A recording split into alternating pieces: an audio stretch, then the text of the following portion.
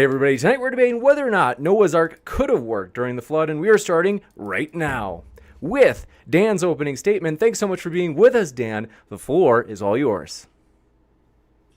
Thank you so much, James. I'm thrilled to be here. And thank you, Kent, for joining us.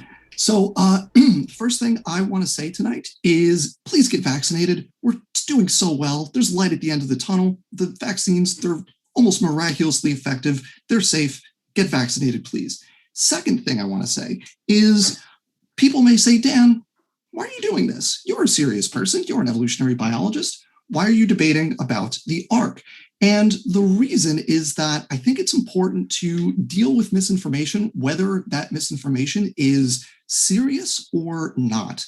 The thing that worries me about conversations like this is that if you can train your brain to believe something, even if it's something kind of silly, like did the Ark exist? Could that have worked? Something that doesn't hurt anybody if you believe it.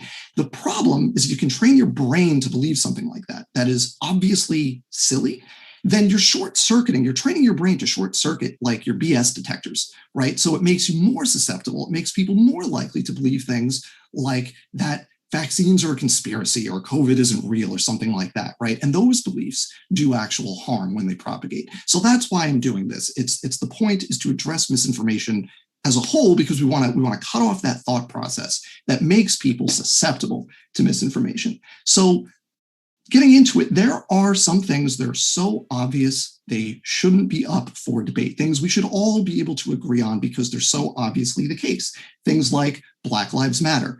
Things like that sex is not a binary. These things are obvious. Things like vaccines being safe and effective. And I'm not just talking about the COVID vaccine. I'm talking about vaccines in general. And that brings us to our topic for tonight. So I'm going to just take a quick second here to switch around my screen a little bit. So we're going to do this and then do this, and we should be good to go. James, can you see both my face and the PowerPoint below me? Actually, right now, I'm only able to see the same three boxes on Zoom. So I think what we tested out prior, what I'm seeing right now isn't the same as what I had seen earlier when we tested it. It's not the same. Well, hang on then. I'm going to try to fix this. Okay, so let's see what we're looking at. Oh, yep, I see. I skipped a step. Let me fix that. How about now? Is that what we saw before with the my face above a PowerPoint slide? Let's see. Let me just expand the screen, and this should still work. And we're good to go. All right. So now we are here to talk about the Ark. And so there are a couple things, like I said, that are not up for debate. The first thing I want to point out that is pretty obvious that shouldn't be up for debate is that Kent is not a doctor. And this is a very frustrating thing for me. It's Mr., not doctor here, okay? As someone who has earned a legitimate doctorate, it's very frustrating to have someone go around calling themselves a doctor when they have not earned that title. Now, unlike real dissertations, you can't find Kent's online in general, but you can find a leaked copy floating around out there, and it starts with, "Hello, my name is Kent Hovind." And if you think I'm kidding, I'm not. Here's a screenshot of the first line of the introduction. So I want to be very clear about this because there are lots of creationists who are actual credentialed scientists. People like Dr. Nathaniel Jeanson, Dr. John Sanford, Dr. Rob Carter, Dr. James Carter, Dr. Georgia Purdom, Dr. Michael Behe, Dr. Jonathan Sarfati, Dr. Kevin Anderson. These are people that have legitimate technical degrees. They have doctorates in whatever field. Mr. Hovind does not, and it's frankly rude to the rest of not just me, but like everybody that has earned a legitimate degree to go along with Mr. Hovind when he insists on being called doctor. So that's the first thing that should be obvious that we can all agree on. The second thing is that the Ark didn't happen. And we know it didn't happen for a few very simple reasons. One is that it was too big to work as a wooden boat. This is the Wyoming. It's the largest wooden boat that has ever been built. It was 450 feet from tip to tip, but the actual deck was 350 feet. Now, what happened to the Wyoming? It sunk in heavy seas, I believe off the coast of New England. And the reason for that is because it's made of wood, it would flex and that would cause it to leak, and it wasn't ultimately seaworthy. Now, the ark, depending on how you measure a cubit, if you go by the long cubit definition, was between 525 and 624 feet, or if you go by the standard 18-inch cubit, it was 450 feet from end to end. Obviously, the ark is not feasible as a wooden ship of that size, especially in heavy seas, which I would think a global catastrophic flood would have involved some heavy seas. So right away, the ark just can't work. But we also have another problem to contend with. We have to deal with the heat associated with the flood. Creationists have calculated the heat would be equal to 300 trillion 1 megaton hydrogen bombs. That's from Walt Brown in 2015.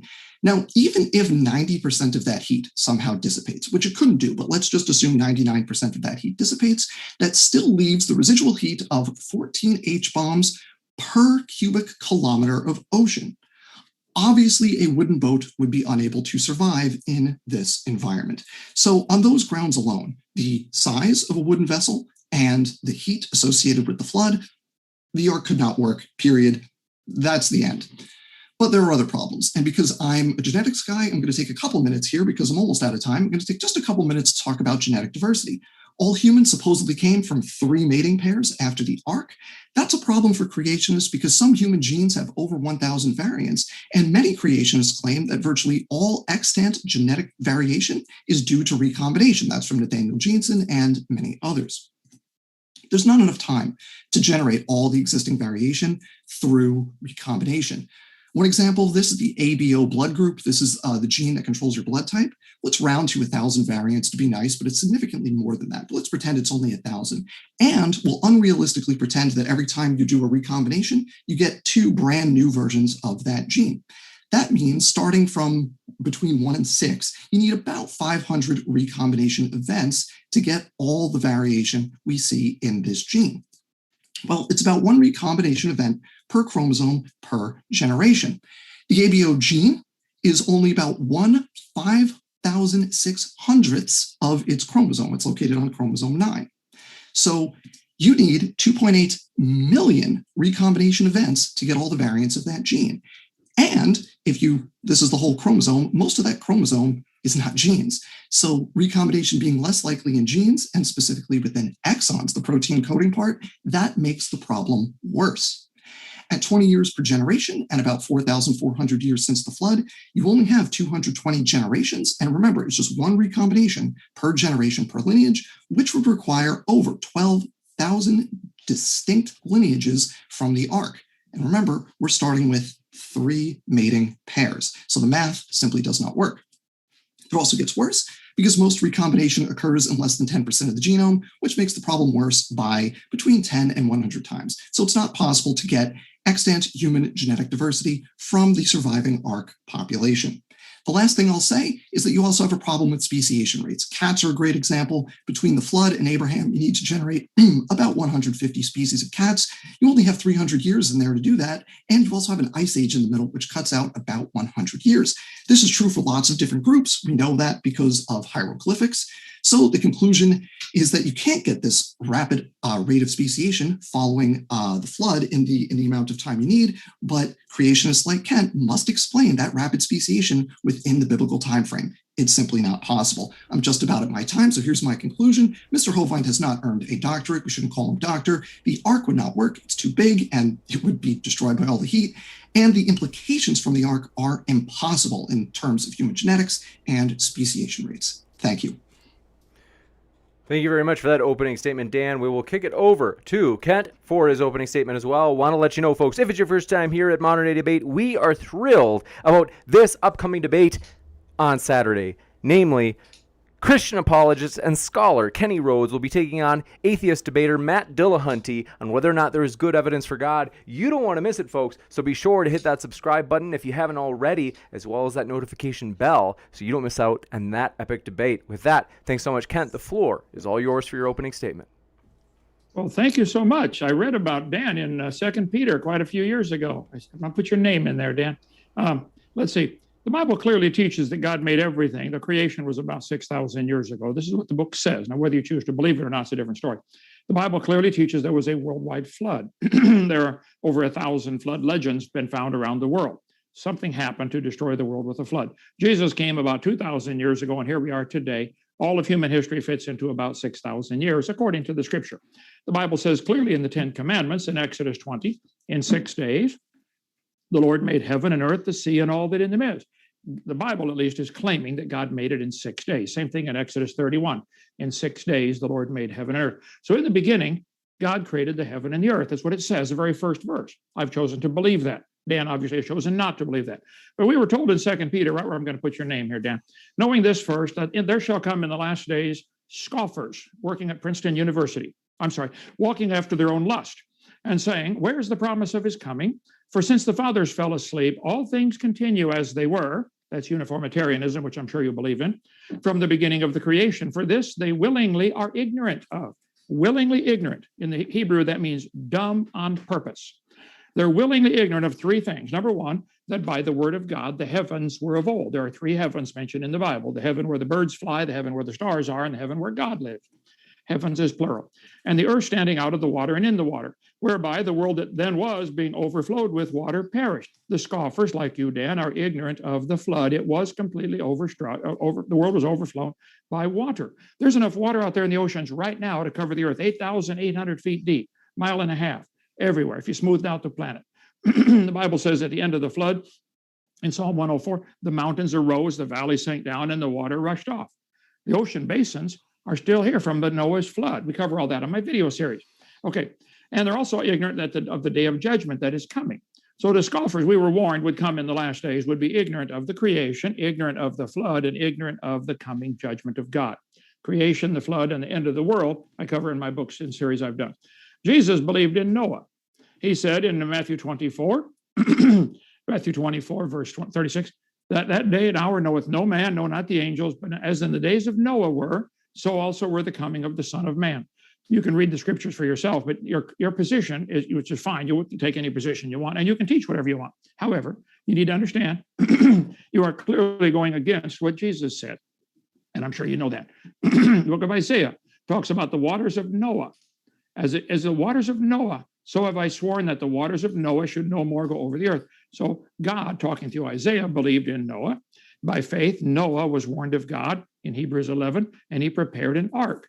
The Bible clearly says he prepared an ark. So Jesus said that the creation of Adam was the beginning.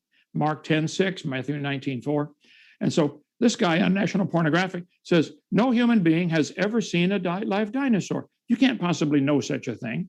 I believe dinosaurs always lived with man. They were created in the 6 days with everything else. Noah took them on the ark, probably babies. And so Adam must have seen dinosaurs. Look, we cover this on my video number. I didn't get all my video series. Okay, so you mentioned I don't have a doctorate. This is what's called an ad hominem attack, Dan. I have 3 earned and 1 honorary doctorate. I'm welcome to. I don't insist. Do I ever insist anybody call me doctor? No. Never. Here's my staff right here in front of me. You can call me whatever you want. Call me Bubba. Call me Hey You. Now, I'll challenge you to do this, Dan. I'll give you $500 if you will have me come in by Skype and teach 1 hour in your class at Rutgers University. I'll pay you $500 to let me answer questions and talk to the students. If they don't interrupt too much, I want an hour, and explain to the students the creation view. You're making fun of the Bible at taxpayer expense. I think we ought to get a chance to defend it just a little bit. But the creation was 6,000 years ago, and then there was a flood. Before the flood came, according to the Bible at least, the people lived to be 900 years old. And there are hundreds, I don't know how many legends now, nearly 1,000 legends have been found of a time when man used to live to be 1,000. It's called the Golden Age. All the ancient people talked about this time. Oh yeah, man used to live to be 1,000. And you can call them all stupid if you'd like, but they did have legends about this. There must be a reason for some kind of legend like that. John 1, in the beginning was the Word, and the Word was with God, and the Word was God. That Jesus is claiming to be God. All things were made by him. The Word was made flesh and dwelt among. I apologize for my voice. I've been talking a lot the last couple of days. It's been hot here too. And Jesus claims that he created everything. Jesus is God Almighty in the flesh. And Jesus said, have you not read that he which made them at the beginning, made them male and female? The Bible clearly teaches that the world started off with 2 people, Adam and Eve, says it again in Mark 10:6. So I'm going to go through some of your objections real quickly here. My position is that the flood story is exactly true. You certainly can build a boat that big, and you're worried about flexing and stuff. I cover this. You apparently haven't seen my videos, but Noah's Ark, many people think, had what's called a moon pool. A lot of large ships have that. It's a hole in the floor that goes with a wall up on the inside. And when you go over a wave, the water can go up and down inside the moon pool, which relieves the stress on a longship, acts like a giant piston to pump fresh air in and out, and is a good source of water. If the whole world was fresh water during Noah's flood, which I believe it was, and it slowly has become saltier since the flood, that's not a problem. They would have a fresh water supply, an air circulation supply, and stress relief for a big wooden boat. I also believe that the Noah's Ark has been found in Turkey, right where the Bible says it landed, mountains of Ararat, not on a mountain, in the mountains. If the water's receding, it's unlikely for it to land on a mountain, just like it's hard to bring your knee up under a sponge floating in your bathtub and get it to land on your knee. It'll float off to one side. So the the Ark is nested between some mountains in the mountains of Ararat. It's been pretty thoroughly documented. The Turkish government has a visitor center there, and the boat was about 515 feet long, which would be 300 Egyptian cubits, based on the Egyptian cubit elbow to fingertip. So I do believe the story is true. I believe it would be wrong, almost criminal, to use tax dollars to turn students away from believing the Bible when this country was founded by people who believed the Bible and people who, they weren't all Christians. They certainly weren't all fundamental Baptists like me. But you're saying there was a heat problem. Well, the Bible teaches, again, the scoffers are ignorant of what the creation was like, how the earth was in the water and out of the water. There was a canopy of ice or water, maybe 10 miles up, a few inches thick. The Hebrews have always taught it was 2 to 3 fingers thick, a crystalline canopy above the air. If today's air, which is 60 miles, was squeezed down into, say, 10 miles and covered with a crystalline canopy, the whole earth would be like a greenhouse. Now, when the fountains of the deep break open and the rain begins, the canopy is shattered, and so the atmosphere is expanding. Take a physics class. When air expands, it cools off. Hold on to a can of hairspray and hold the button down. It'll get freezing cold in your hand. When you take compressed air and relieve the pressure, the heat is absorbed. So I don't know why you think there's a heat problem there. I've never heard anybody else say that. That's a new one for me, but you can believe what you want. So you're saying the implications of the Ark are impossible, human genetics and speciation rates. For heaven's sake, Dan, you're complaining about all the people in the world coming from 3 mating pairs on Noah's Ark when you believe all the people in the world came from a rock. The earth cooled down, had a hard rocky crust, and it rained on the rocks for millions of years, and the soup came alive. That's the evolution theory. And you call the Bible dumb? Gee whiz, go look in the mirror. Okay, so I don't mean to get too hostile here, but you started this, okay? Let's see. Speciation rates, 150 species of cats. For heaven's sake, you think all the cats came from a rock, which came from a dot of nothing exploding. You guys believe the whole universe fit into a dot smaller than a proton. Stop and think what you're saying. You couldn't squeeze a bowling ball into a dot smaller than a proton, let alone the whole universe. Certainly not insane to believe such a thing. I believe the speciation rates are clear. I had a family that when I was time. We're at about time. Okay, watch my seminar. We'll straighten all that stuff out and get you converted. With that, we will jump into the open conversation, folks. Want to let you know, if it's your first time here at Modern Day Debate, we are a neutral platform hosting debates on science, religion, and politics, and we hope you feel welcome no matter what walk of life you are from. Christian, atheist, Muslim, you name it, folks. We're glad you're here, and our guests are linked not only in the description below here on YouTube, but also in the podcast episode for this debate in case you are listening to this via podcast. So with that, gentlemen, thanks so much, and the floor is all yours.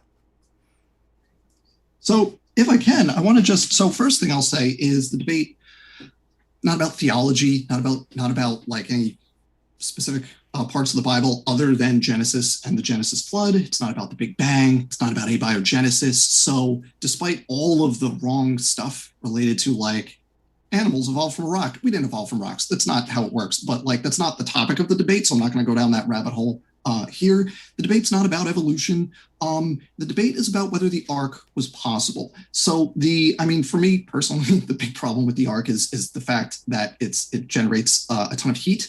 And you mentioned the fountains of the deep, and that's exactly where Walt Brown calculated his numbers from. So I guess my first question for Kent here is, do you accept Walt Brown's numbers as valid? If not, what's the alternative value for how much heat would have been generated in that event? And then follow up to that is how much of that heat is going to get dispersed? Because remember, if 99% of that heat gets dispersed, you're still left with megatons of energy per cubic kilometer of ocean, right? Covering the entire planet, right? You're still talking about an absolutely immense amount of heat that's going to destroy like a wooden boat. So, I mean, putting aside the things about like the feasibility of a wooden boat, even with the hole in the middle, the fact that the floodwaters would have been freshwater, it's a flood over land. There's going to be erosion and stuff in there. It's not going to be freshwater, but that doesn't matter. Like, let's focus on like the actual nuts and bolts of the logistics here. How much heat is being generated if Walt Brown is wrong? And in either case, whether he's right or wrong, how much of that heat gets dispersed and how fast, so it doesn't destroy the boat? Because even a few minutes at that temperature is going to destroy the wooden boat. So how does that work in practice? Okay, well, you've talked about 4 different subjects. I'd rather go one topic or question at a time if you'd like, but you mentioned you didn't want to talk about the scriptures being wrong and you want to stick on Noah's Ark, but you started off this thing talking about vaccinations. What on earth does that have to do with anything? And if vaccines are safe, go get one. If you're protected, why do I have to get one? You're safe, man. Take 2. Take mine. Anyway, that's a different story. So yes, evolution does teach. It does teach the earth cooled down and was a hard, rocky crust, and it rained on the rocks for millions of years and turned them into soup, and in the soup, life got started. You do believe you came from a rock. Yes, you do. You may be embarrassed to show your students that, but I won't be. Have me on your program. Make $500. I'll tell the students about evolution coming from a rock. As far as the Walt Brown, what he believes on the heat, I don't know. I don't care what Walt Brown believes. He's got some great books. I've never met him. I've talked to him a couple of times on the phone, but I'm not in his. I don't work for him. I said very clearly, if you studied any physics, when air expands, it absorbs heat. So you're worried about this 1%, which is a pure fictitious number that you're making up. You're creating a straw man. I didn't make up that number. There is not a heat problem. I didn't make up that number. That's from creationists, and Walt Brown is not the only one to identify a heat problem here. You also have the rate team that identified a heat problem associated with accelerated nuclear decay, which most creationists agree. And I would love to hear if you agree with this, that to make the radiometric dating work for a young Earth timeline, you need accelerated nuclear decay. That also is going to generate an immense amount of heat in addition to the heat generated by the flood. So in addition to all those 1 megaton H-bombs, you have all the other heat from the accelerated radioactive decay. The rate team themselves, and again, this is not me, this is me quoting the rate team, the team that was trying to figure this out, like it's a genuine young Earth research group. And they acknowledged that when it comes to the heat from radioactive accelerated nuclear decay, that you need, and the direct quote, exotic solutions to prevent that heat from destroying everything on the planet, essentially, which is to say you need miracles to do it. And if you want to invoke miracles for this to work, that's fine. But like, I want to jump in here just because so far we've talked about a lot of stuff. We haven't talked a lot about the Ark. So the topic is actually whether or not the Ark could work in a global flood. And so I do want to redirect us to those types of objections. Well, I would point out there's enormous historical records from a variety of cultures talking about a family saved in a boat. People that have nothing to do with Christianity have legends of an ark. There are many, many hundreds of those that have been discovered. Certainly, the idea of the earth being destroyed by water is, I think, pretty obvious to anybody that studies geology. There was a flood on this planet. I live in the middle of Lenox, Alabama, in a former gravel pit where we have 7 layers of gravel, sand, clay, gravel, sand, clay. These gravel layers that they dug out of here go all the way to North Carolina and all the way to North Tennessee and South Florida. There are tens of thousands of square miles of gravel, and they are rounded off, indicating they were tumbled like a rock tumbler. Noah's flood, if Noah was in the ark, like the Bible says, and the water is being pulled up and down with a tidal movement as it spins under the moon. Right now, the tide in Pensacola, Florida, where I lived for years, is up and down about 5 feet because it gets interrupted. It bangs into something called Florida. But if there were no continent sticking through the water, people have studied this, it's pretty obvious. If the earth were completely covered in water and the surface were smoother, the uninterrupted tide would become harmonic, and it would be a 200-foot tidal change every 6 hours, 12 and a half minutes. So if the water came up 200 feet, in 6 hours, 12 and a half minutes, the water has to be pulled in from the side by moon's gravity at the same speed the earth is turning. Well, at my latitude in Lenox, Alabama, 31 degrees above the equator, we're turning almost 900 miles an hour toward the east.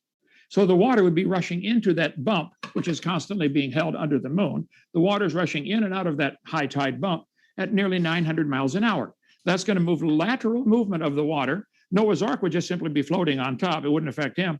But the ground underneath would be get layer after layer after layer of gravel, sand, clay. You need to come take the tour of this place. We talk about all that. We teach real science here at our Science Center in Lenox, Alabama at Dinosaur Adventureland. So I think the flood is the only logical explanation for petrified clams like this one that are found on top of Mount Everest. All the mountains in the world have giant petrified clams. The largest oyster today in the world is a little less than 14 inches. They found over 500 fossilized, closed, petrified oysters on top of 2 miles of mountains in Peru, South America, all of them bigger than the world record. One of them was 11 feet, an 11-foot oyster. Jumping in one more time. Just to, in terms of the objections for and against the Ark itself, rather than all the topics that we've covered, including whether or not the flood itself happened, would love to redirect just a bit more. All right, well, just one more thought, and then I want to hear his answer. There's a website called baraminology.com. Baraman is the Hebrew word for kind. God said, bring them into the ark after their kind.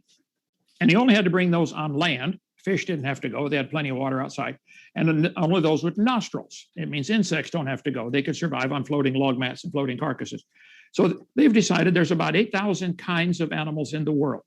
From those 8,000 basic kinds, you could develop millions of species. There are 350 recognized breeds of dogs, and they probably had a common ancestor called a dog. But to get all that that does not indicate dogs and bananas are related, which is what you believe, I'm sure, if you go back far enough in time. Because after all, you drew a line on paper connecting them, so they got to be related. So I think the Ark could easily hold 8,000 mating pairs of animals if Noah brought babies. That'd be common sense to bring babies of everything. They live longer after the flood's over to produce more offspring. That's why you're bringing them. They're smaller. They got less poop to shovel. They got less food to eat. It's common sense. And Noah was 600 years old. He'd be smart enough to figure that out. Don't get big elephants. Get babies.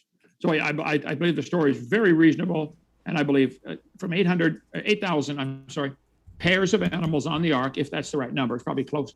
We could easily generate all the millions of varieties we have today. Gotcha. We'll jump over to Dan. So a couple quick corrections that I know are off topic, but I want everyone in the audience to just understand.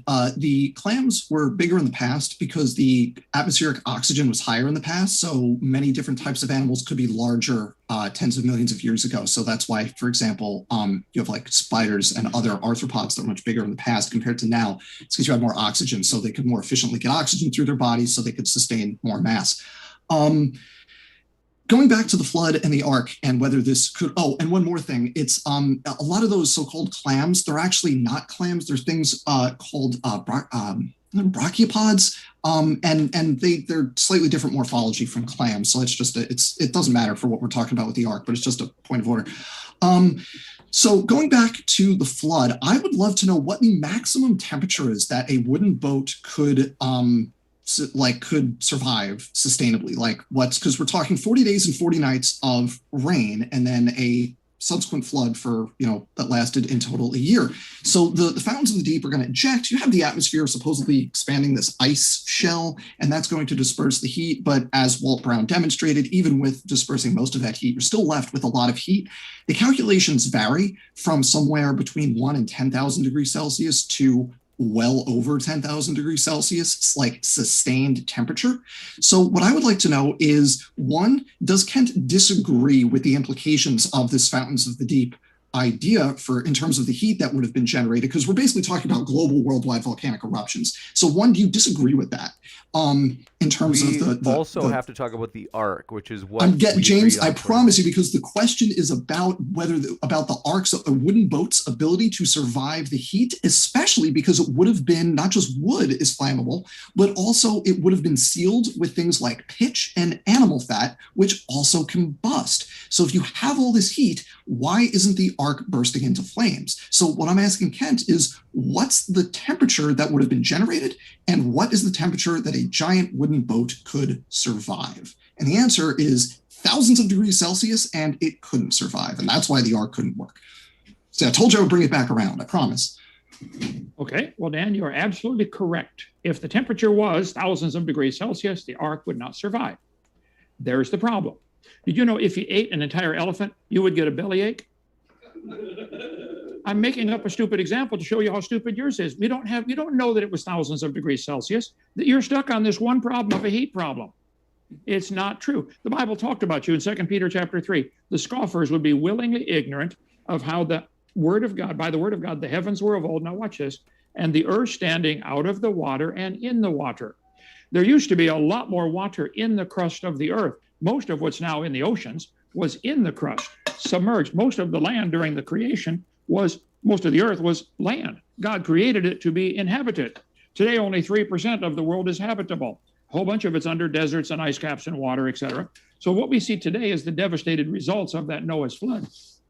And if the fountains of the deep broke open, like the Bible says, and the water came shooting up, that's where most of the flood water came from. That would allow the crust of the earth to sink in 100 feet or so, whatever water was displaced underneath. Now the earth would speed up just a hair in its spin, which is why most ancient cultures have a 360-day year. And today we have 365.2422. So I think the earth sped up a little because of the changing of water under the crust. There is still water in the crust of the earth. That's why we get 10 million subterranean hot water vents, geysers, Old Faithful, most of them under the ocean. All along the San Andreas Fault, there is still water squirting up into the bottom of the ocean, which means it has to be coming from lower than that. There's no other way to think about it. And the water under the crust, as the crust collapsed, it would squeeze these water pockets. Many of them squirted out at the flood, broke up the earth into plates, and we still have fault lines all over the place. And some of them are still squirting out water, millions of them. Let's just Google thermal vents in the ocean or on land, like Old Faithful geysers, et cetera. So the heat generated would be absorbed by the expanding atmosphere. If it went from 10 miles to 60 miles or whatever, we don't know, that would absorb it. But you're completely making up numbers. You don't know, you have no idea what the heat was. I don't care what Walt Brown teaches on that. I don't teach that. I don't believe that. You're debating me, okay? You're the one who believes you came from a rock and believe all the animals couldn't fit on Noah's Ark, and yet they could all fit in a dot, smaller than a period on a page. You got a problem, but I'll be glad to help you. Come on, go ahead. So again, came from a rock, not true, but like not relevant also. So I'm trying to keep this focused on your position here. And I'm having trouble clarifying it because I've given you a couple of examples of what creationists have said about the heat associated with the flood. I would love to know what you think the temperature was during the flood. And if you think that having essentially geysers all over the world appreciably increased the temperature of the planet, what was the temperature? I'm trying to get at what that temperature was. Fair enough. I think it was 72 degrees Fahrenheit. It was 72 degrees. So the world is, just to be clear, the world is covered in geysers sufficient to cover the entire planet. Hold it. I cannot hear you. What now? I was saying, I'm sorry. So the world covered in geysers, essentially sufficient, more powerful than any geysers that exist on Earth today, essentially volcanoes, but shooting water into the atmosphere. And the world was covered in these water volcanoes, and the temperature stayed 72 degrees Fahrenheit. That's the position. It might have got up to 73 in a few spots, but about 72, yeah. Okay. Okay. I'm honestly speechless that would not change the temperature of the planet, because we're talking about physics, right? So if we inject a bunch of hot water into the atmosphere, but that doesn't change the temperature of the atmosphere, I want to be very clear that that's the position. No, I said, and I didn't say the earth is covered in geysers. There are cracks all over the world today. There are fault lines right now squirting out hot water. Old Faithful, as an example, all along the San Andreas Fault. That doesn't mean the whole surface of the world is doing that. We don't have any here in Lenox, Alabama. Come on down. You'll be safe. There's no geysers here. The world is huge, okay? Nearly 8,000 miles in diameter, nearly 25,000 miles around. It's huge. Yes, I believe there were fountains of the deep coming up, and the crust of the earth would settle back into the void as the water underneath came up. But you get all kinds of physics going on. I need to talk to Walt Brown. I don't know where he gets his numbers from, and neither do you. But you're making up a number. Again, if you eat an elephant, you will get a bellyache. I can promise you that. Go ahead. Does the crust moving generate heat as well? Because that would have to be much faster than modern plate tectonics, and that generates heat from the friction. So would that also be a source of heat? Yeah, they had an earthquake in San Francisco in the early 1900s, and the earth moved quite a ways, and we didn't feel a thing in Illinois. Right, but this would have been essentially a global earthquake, where it would have been the entire crust settling down as the water left from underneath it. It would have been much larger distance than your typical earthquakes today. than any earthquakes today, and it would have been much more rapid. And so would that generate more heat to get the planet above 73 degrees Celsius, or would it stay within that nice room temperature range? Well, yeah, a few latitudes it got up to 74, but it was generally 72. Okay, would have gotten up to 74 now. Okay. This is so dumb. You're arguing about. Do we have the? Well, I'm trying to establish whether a wooden boat could survive this event. Do you have because like Walt Brown, for all the bad mouth of Walt Brown here. No, you're not. You're trying to say a wooden boat couldn't survive 1,000 degrees, and I agree. But you made up the 1,000 degrees. It was Walt Brown and a bunch of other people did. It wasn't me. Okay. I don't. Like I said, I don't work for Walt Brown. I got no idea what he teaches, and I don't care. The Bible says there was a flood. There's a lot of cultures of a flood, and I think the idea of the earth being created perfect, and then man falling into sin, and God judging the world with a flood, and then all the animals being on a boat is a lot easier to believe than all the animals coming from a rock. That's a lot easier for me to believe that all the animals came from 8,000 pairs of Noah's animals than to believe it came from a dot of nothing exploding 13.772 billion years ago. I think that theory is insanely stupid, but go ahead.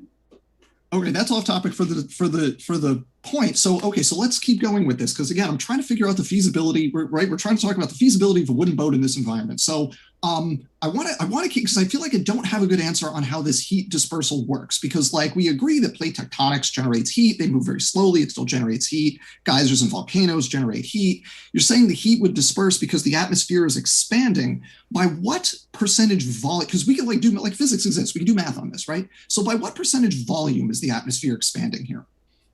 Well, I wasn't there. I don't know. I'll watch the video when I get to heaven. I'll try to get the message down to you, wherever you are at that time.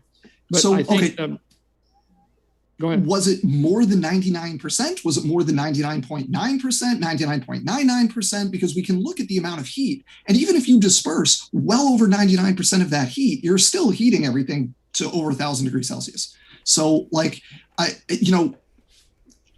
just asking if you thought through this argument to actually check to see if the numbers check out, or if we end up expanding the Earth's atmosphere to the point where it ends up so diffuse to get rid of all that heat that it's actually not even an atmosphere at all, really. Right? Well, how much do we have to expand it? Okay, Dan, you asked if I thought this out. I've never heard this argument from anybody. You're debate number 248 for me. I've never heard anybody make this argument about the heat being a problem. I think the idea, do you believe all the animals in the world today have a single common ancestor, like a single cell creature? That would be a problem. We can talk about that if we want to move on from the Ark. Sure. I'd be happy to talk about it, but that's not the topic of this debate. I would like to move on from the heat issue. Because the topic was about the Ark, I would prefer to stick with the Ark, whether it be this heat objection against the Ark not being able to take the heat, or something else about the Ark. Okay. I will answer. He doesn't know, and I don't know, and nobody alive today knows what the temperature was. But there are stories of an ark. There's certainly a Bible talking about an ark. Certainly Jesus talked about the ark. I've chosen to believe that by faith. If you have chosen by faith to believe the heat would be a problem, okay, you can believe that if you'd like. You don't know what the heat was. You're making up a problem that may or may not exist. You don't know that. You're a scoffer. You don't want to believe this book for some other reason, but the book clearly teaches there was an ark, and it's certainly feasible for all the animals. And the Bible didn't say Noah had to bring the animals. The Bible says they came to him. And the Bible clearly says in Genesis chapter 1, all of the animals were vegetarian at the beginning. After they got off the ark, God said, Noah, now you can eat meat. And probably the meat-eating lion came from a vegetarian lion, and that's a minor change compared to a lion coming from a rock. I think that would be a major change. So yes, I believe the Bible story is true, and all the animals are vegetarian. They came to Noah. He put them on the ark. Let's say 8,000 pairs of baby animals are young enough to survive on their own, but not reproducing age yet. There'd be a lot less poop to shovel, a lot less food, and he didn't have to go feed them. He just made piles of food. They would go find it. We don't feed our cows. We throw out a bale of hay and they find it. All the animals would go find the food, just put it in piles around the ark. So I think the feasibility of the ark with 3 floors, 45 stories, 45 feet tall, each floor about 15 feet, plenty of room for air circulation. And if you had several of these moon pools with the waves going up and down, pumping air in and out, not a problem. Now, the crust of the earth cracking open and water coming up is what the Bible says. I think that works just fine. And I think we see loads of evidence of all these layers being formed very rapidly.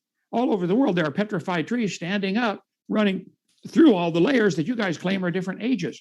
Noah's flood and the Ark story is the perfect answer for that one. The water going up and down with the tide going up and down 200 feet would mean it's rushing in and out sideways. Google experiments in stratification, where the guy in Colorado did at the Navy stratification tank and showed that sideways moving water makes 10 or 12 layers at the same time. So you could get a fossil on top that's actually older than a fossil at the bottom because they're forming downstream, not vertical. It's horizontal. So the flood story fits all the evidence that I can see. Go ahead. Any other objections that you have, Dan, toward the Ark? So I actually do have additional Ark objections. So we'll move on from the heat problem. Kent said, you know what? I believe that this was not a problem because of faith. Say, fine, believe whatever you want because of faith. I'm not going to fault anybody for that. Let's move on from the heat problem. The other big problem that I want to hang out on for a little bit is the feasibility of a wooden boat in terms of its stability and its seaworthiness in a global flood. Because as I talked about, the Wyoming was smaller than the Ark. This is a modern boat. This was built in the early 1900s with modern shipbuilding techniques. It even had a steam engine to get rid of water that was sneaking through the cracks, even though it was sealed using modern techniques, not ancient techniques, which are far less reliable in terms of sealing the hull against leakage. The Ark was bigger.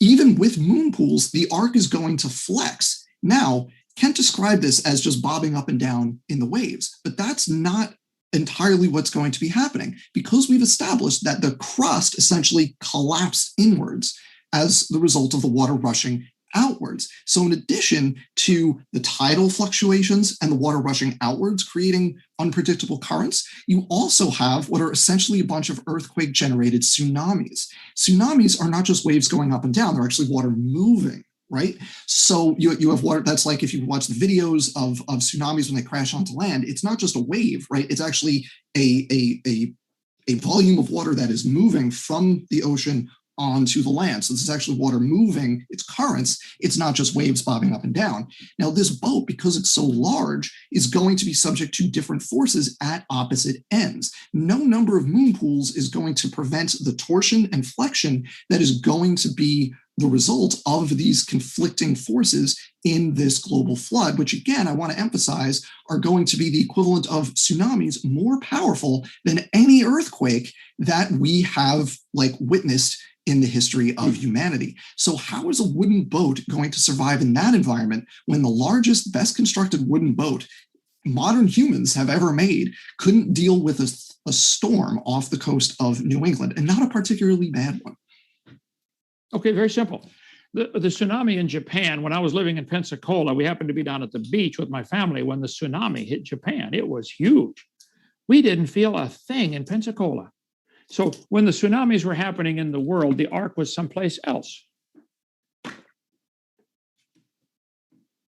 That's it. Just the Ark was someplace else. There was worldwide, the crust collapsed inward, which generates worldwide. The crust of the Earth is cracked up. I think everybody would agree with that. And the water underneath. So where was the Ark and where were the earthquakes? Where was the part that cracked inwards? The Ark was in the places where the earthquakes weren't. Mm-hmm. I see. And it also hit waves side on rather than front on, so you didn't have end over end flexing. It was always oriented such that the waves only hit the side, so it didn't flex.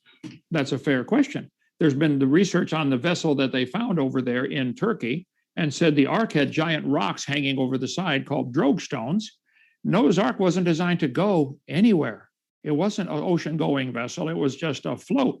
So if you had rocks hanging over the side, I've got pictures here somewhere. You need to watch my seminar. But you would see that the problem is solved very simply by hanging. They do this today when stormy weather, drop the anchors. Even if they can't touch bottom, just drop the anchor so they can create drag that will automatically turn you perpendicular to the waves.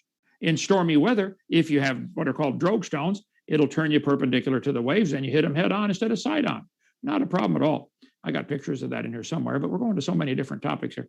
This is just flood and boat. This is only one topic. Sure. And you would rather not believe the story than even try to answer any of these questions. You're not asking questions. You're stating your point, trying to make it look ridiculous.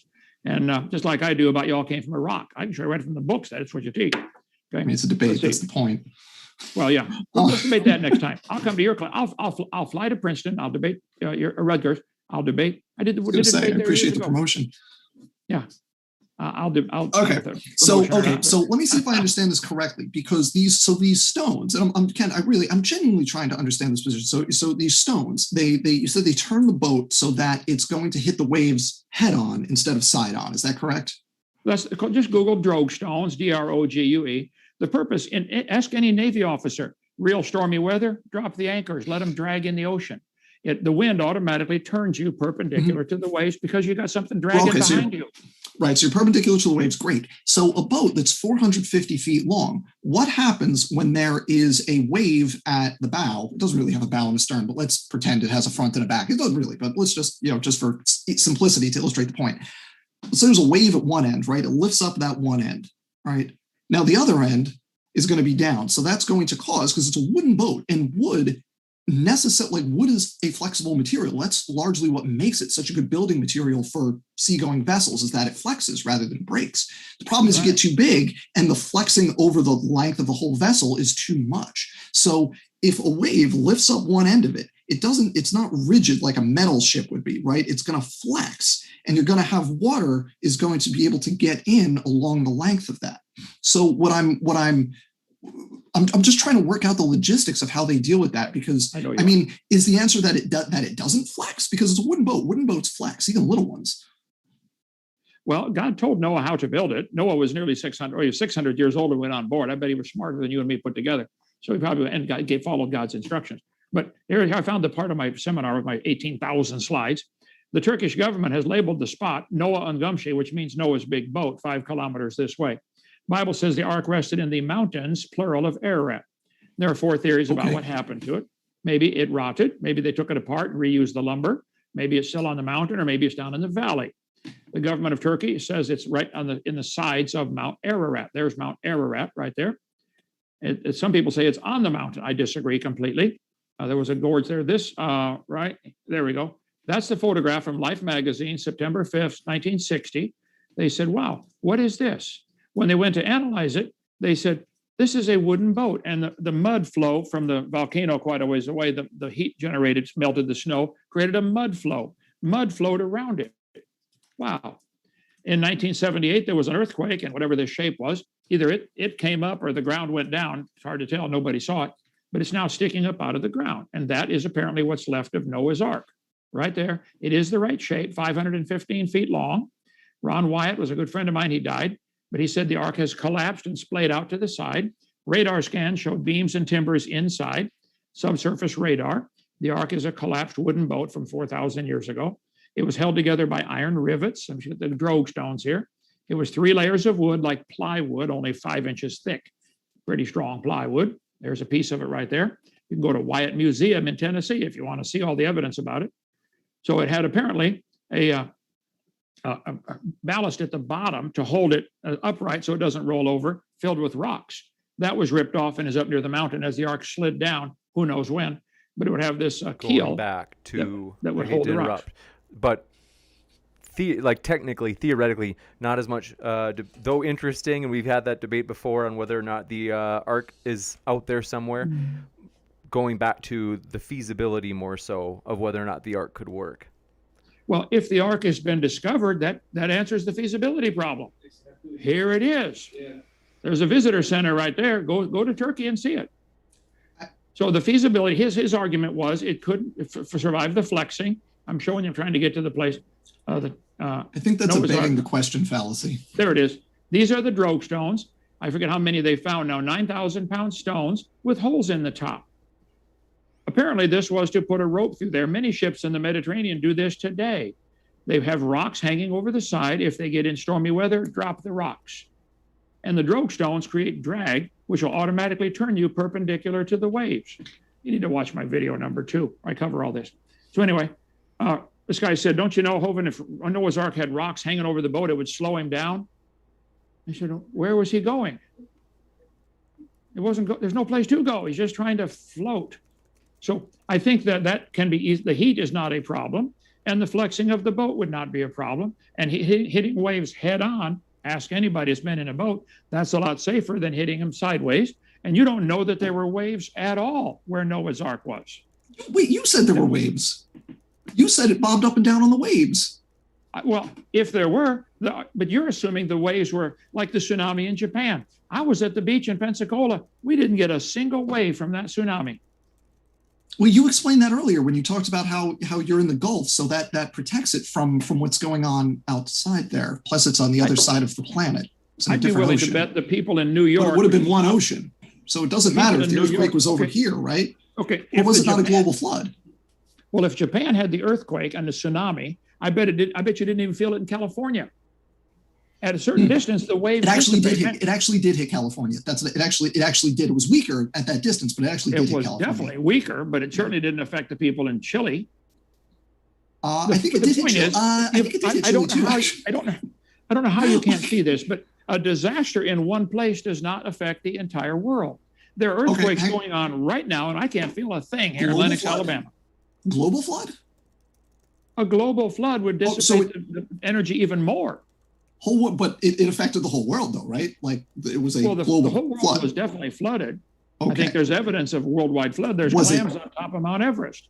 Was it set were there barriers that prevented the waves from over here from getting over there? Because I mean, earthquake waves go through the planet, and we can record them circulating the planet multiple times, right? So unless there's something that's going to block the energy, it's going to affect the whole planet.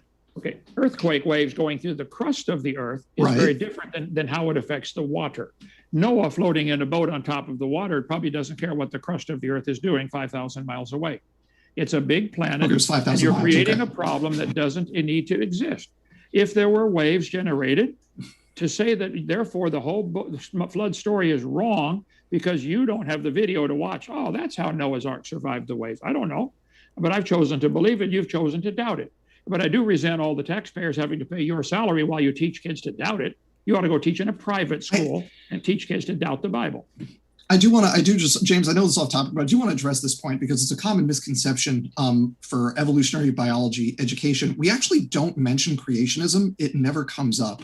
So I'm not at all teaching kids to doubt anything, and I shouldn't even call them kids. They're adults. They're students. But no, it doesn't come up. It's not relevant.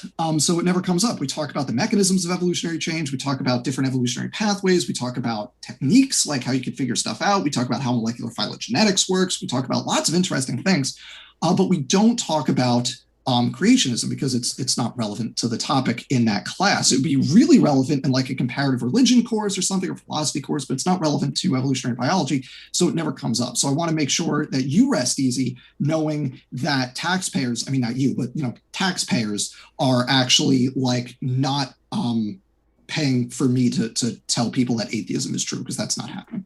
But they are paying you to teach them that elephants and bananas have a common ancestor. Okay, back to the Ark. We have just maybe a few more minutes on the Ark, and maybe later we can talk about the taxes and all that. I have in front of me the page from the book of Josephus, written about 2,000 years ago at the time of Christ. He was a historian that worked for the Roman army. He's talked about the Armenians call the spot the landing place and show the remains of it to this day. The flood and the Ark are mentioned in Berosus the Chaldean, who writes, a portion of the vessel still survives in Armenia. On the mountains, the people carry off pieces of the bitumen as talismans. Many historians down through the centuries have said, oh, there was a flood and here's the boat, go see it. Now, you mentioned about the boat being too long. Waves going up and down would not be a problem if you had what I called a moon pool. It allows the wave to go up and down inside the boat, creates a pump for fresh air. I don't know that it had this. It was a wooden boat 4,400 years ago. It rotted. But the Bible clearly teaches there was a flood. Jesus believed in it. There's 350 flood legends, and 70% of the earth today is covered by sedimentary rock. There's rounded gravel worldwide. I think the Ark has been found. There are underwater canyons bigger than Grand Canyon, indicating rapid movement of the water sideways. We go back to the Ark. Okay. Well, the Ark was floating in the ocean, and there's enough water to cover the earth 8,000 feet deep everywhere today. So I think it is still there. Go ahead.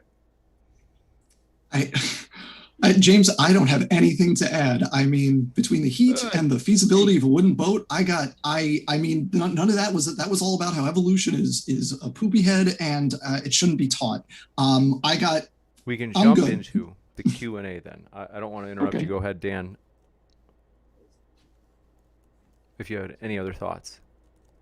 Did you have Q&A from the audience there, James? That's what I was referring to, is basically I mean, if we want a one-sentence summary, I mean, I don't think we adequately addressed the fact that heat would be generated and destroy a wooden boat. Kent says that that's not a problem because he has faith that it's not a problem. Fair enough. But if we're going to do this without invoking miracles for how it worked in practice, then that explanation doesn't work. And I don't think the stability of a wooden boat in terms of just wood being a flexible material in something that large, it's going to flex, it's going to leak, it's not going to be seaworthy. I don't think we addressed any of that stuff.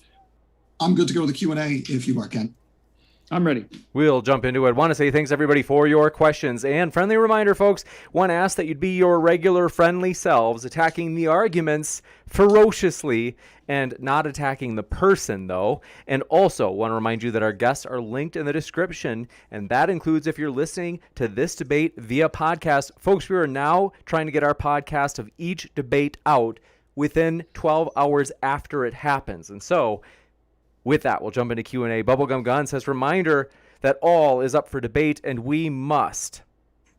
I don't know what we must do, but we appreciate that. And I think maybe they mean we must debate. But Area 85 Restoration Snake says, okay, as an engineer, I can speak with some authority when I say that putting a moon pool in the center of a ship absolutely doesn't relieve any stresses whatsoever on the ship.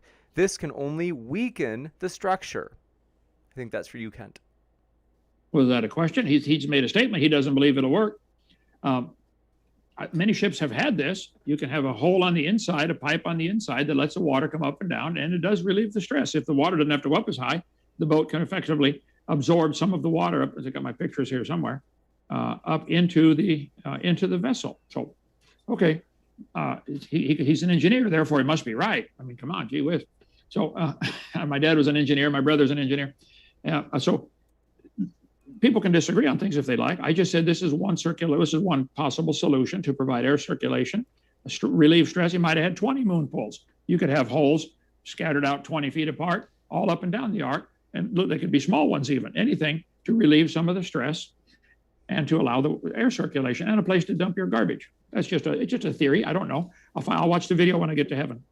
You got it. And Robert Summers, thanks for your question, said, Kent, how can you support the ark having a moon pool? Seems like, let's see, a rather ad hoc explanation. As I've said several times, I don't know that it had one, but that was, if I was building it, I would probably put a bunch of them in there for that same purpose. Pump fresh air in and out, pump water circulation, you get a fresh water supply. I'm only 67 years old. I'm smart enough now to figure out, I'd build it where the waves come up and automatically fill my watering troughs. So I don't have to go around water all them animals. I'd think that out. I bet Noah at 600 figured that out. Gotcha. And Vandalia, 1998, thanks for your question, says, for both, if the flood happened 4,000 years ago or so, why is there evidence of Native Americans here as far back as 8,000 years ago? Is that for me or for him? For both.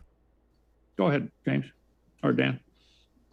Thank you. The answer is because the flood didn't happen. A global flood did not happen 4,000 years ago and wipe out every civilization on Earth. There are lots of civilizations that we have persistent, either archaeological or in some cases, as in the case of the Egyptians, like physical, not pure like phonetic writing, but close to writing records of clean across where that flood gap should be. And Kent earlier mentioned that every civilization has a flood story associated with it. One notable exception to that is Egyptians, which is weird considering they were right next to where this supposedly happened. So I do find it notable that Egypt, which has a record back through when the flood would have happened, without mentioning it, also doesn't have like a flood story in their collective mythology, despite being subject to floods all the time with the Nile. It's just so the answer to the question is we have these records going back more than 4,400 years because the global flood did not happen. Well, I disagree. I think the Egyptians are well known for their exaggerations. Like King Pharaoh was the king, or he was the Pharaoh for 300 years when he was actually king for 25 years. They exaggerated everything. They built the giant temples for them to live in. They wanted, him to be the greatest guy ever. So I think you'd be very careful studying. If you study history, you'll see the Egyptians were great at exaggerating. I don't think there's any civilization that you could prove was here at the time of that flood 4,400 years ago. Some may have had legends told about things before the flood. They bring the legend with them on board the ark and tell the story. There were certainly civilizations here before called Adam and Eve and up to the time of Noah. But no, I don't see a problem at all. The Native American legends, how was this preserved? I'd like to see somebody really, a forensic scientist, analyze that and prove it was 8,000 years ago. I think you'd have a hard time getting more than 4,000 years of proven history anywhere from any place on the earth. Reliable, proven history. But this is not a debate about the history. Is the ark feasible? I think perfectly fine. I think it could handle all the animals. I think it was necessary to survive the flood. I think the remains have been found. I think there's 350 legends about it. I think I win the debate, but go ahead. If one teensy follow-up, and I promise this will be super fast, James. Kent, you just said that the ages of I think the pharaohs were exaggerated. They said they lived hundreds of years, and that's obviously an exaggeration. How old was Noah during the flood? How old was what? How old was Noah at the time of the flood? According to the Bible, everybody before the flood lived into the 900s, and Noah was 600 when he built the boat. Okay, so it was an exaggeration for the pharaohs back then, but Noah was 600. Okay, thank you. No, I think that's true. I believe there's over 1,000 legends have been found called the Golden Age. Just Google Golden Age. Cultures all over the world teach, man used to live to be 1,000. What happened? Reptiles never stop growing. Move. Never. Neither do kangaroos or beavers, by the way. But so those reptiles, they could be. That was the dinosaurs with Adam and Eve, not millions of years ago. Noah took them on the ark. Thank you very much for your question, Anthony, and thank you both, Kent and Dan, for entertaining all these questions. This one, Anthony asks, Atheist here, and for Kent, where is SpongeBob? They must be a fan of the SpongeBob. Is it there? Okay, there he is. Okay, thank you. And then Alan H, thank you for your question, says, Kent, if Noah only brought babies, why does the Ark Encounter have adult animals? Does that make the Ark Encounter from Ken Ham false? I have not been there. I don't know what he has. I don't work for him. I have no connection to them. I appreciate what they do for the Lord. We're walking two different paths. They can do what they want. But no, I would not. If we build a Noah's Ark here, it'll have babies on it. So then you'll get to see how it really was. You got it. And Ozian says, how did all the freshwater fish survive when the oceans mixed with fresh water, or vice versa? Did the fish evolve and create different species? Well, today there are freshwater bass and saltwater bass. There are freshwater crocodiles and saltwater crocodiles. There are quite a few varieties of animals that are both fresh and saltwater. I believe they had I believe the freshwater and saltwater bass had a common ancestor called a bass. I think that changing from a freshwater fish to a saltwater fish is a minor change compared to going from a rock to a fish. Very minor change. So there are many animals today that adapt. I cover this on my seminar, part 4, lies in the textbooks, if you want to get that. A friend of mine up here in North Alabama had aquariums, and he said, I wonder if I can take my mollies, my freshwater fish, and turn them into saltwater fish. So he did the math on it to go from freshwater to 3.6% salt, ocean salt water. He divided it out over 14 days, slowly added salt to the aquarium. The fish adapted to it. After 2 weeks, 14 days, they were saltwater fish. Then he put them back in fresh water and they all died. So I don't know. That'd be an interesting study to see, can all animals adapt? Maybe some could not. Maybe some went extinct. I think the whole world was freshwater during the flood. Obviously, all the rivers are running into the ocean and they're bringing with them mineral salts. The oceans are gaining salt every day. The fact that they're only 3.6% salt today indicates they are not billions of years old. They cannot be billions of years old. They would be much saltier. Do the math on that. So I don't see a problem at all for the creationist view that you change from freshwater fish and some adapted to saltwater. Most of the animals in saltwater don't like it. They have to get some way to get rid of it. They got to pee it out or put it out through their eyes and salt crystals. It's a nuisance to most of them. Now they've got to where they couldn't live without it. It's the other way, but whatever. It's the water backwards. I'm sorry, what now? No, it's not relevant. Go ahead, James. You got it. And this question, thank you very much. Ballard827 says, Kent, no one believes that we evolved from rocks, though. They said you've been told this hundreds of times and have never shown a source that says that we believe this. Why do you keep saying it? I am sitting right beside a textbook collection, probably 200 textbooks, biology, earth science, etc. I show many times in my seminar, right from the textbooks, the Big Bang produced all the planets and all the stars. The Earth cooled down and developed a hard, rocky crust. How many have seen me show that right from the textbook? Okay, 18 people in my crowd here. It developed a hard, rocky crust, and then it rained on the rocks for millions of years and turned them into soup. And in the oceans, the first living organisms appeared. I know it's embarrassing to admit it, but you guys do believe you came from a rock, and you should be really embarrassed. And I'm glad to point it out to you. Go ahead. Amy Newman with this question comment says, midnight after show at my channel. And by the way, Dapper Dino also has an after show, which is linked in the description. We will link anybody's after show no matter what side you're on. Then Amy asked, question for Kent, would you be able to build a boat that would survive a worldwide flood if you were building it yourself? Well, I don't know. Noah was 600 years old. I don't know how long it took him to build it, but I don't think I'm going to make it to 600 at the rate I'm going. I'm going to have to doubt that. If God told me to, I would try to do it. But plus, he might have hired all kinds of help. We don't know he built it by himself. Might have hired the neighborhood. They might have laughed at him. They certainly didn't go on board. But we don't know all those details. I think that's a minor problem. I'll get some textbooks here and show you where we came from a rock if you don't believe that. But it is exactly what I know where it is. Seminar part 1. Gotcha. Okay, go ahead. Secular Pagan, Mom, thanks for your super sticker of that beautiful unicorn, tremendous unicorn. And Sarah, thanks for your question, says, Semitic flood stories are more likely due to flood in the area, in their specific area. 7,500 years ago, there was U's flood that resulted from an earthquake that created a natural dam that inspired Chinese stories of floods. I would respond by saying there are many local floods. There's not a question about that. It happens all the time. But why would God tell Noah to build a boat 500 feet long and fill it with animals if it's a local flood? Tell him to move. Gotcha. And this one coming in from, do appreciate your question. And also, dividing word asks or says, you also forgot that God, the omniscient one, was instructing Noah. Who's to say that God didn't give Noah instructions about the ark with a technology even unknown to us? Let's see. I don't know if that would be for you, Dan, or if they were maybe responding to someone else's question earlier. I mean, I'll just say that if we want to invoke God providing some unknown technology that then we subsequently lost after the flood, that's fine, but we can't evaluate that based on evidence we have today. That's an argument based on miracles and divine intervention. Fine. I'm not going to argue against that. If you want to believe that, power to you, but we're not going to find physical evidence to be able to back that up. Gotcha. And this one from Robert Summers. Do appreciate it, Robert. This time they asked, Kent, can you give an answer on how much expansion would be needed to dissipate the heat? You are the teacher, so you can teach me about that, please. I don't know. I taught physical science for years. I'll probably go back and figure out, the thermal expansion, how much heat absorbs. Get a can of hairspray and hold the button down. It'll absorb a lot of heat. It'll freeze your hand if you keep going.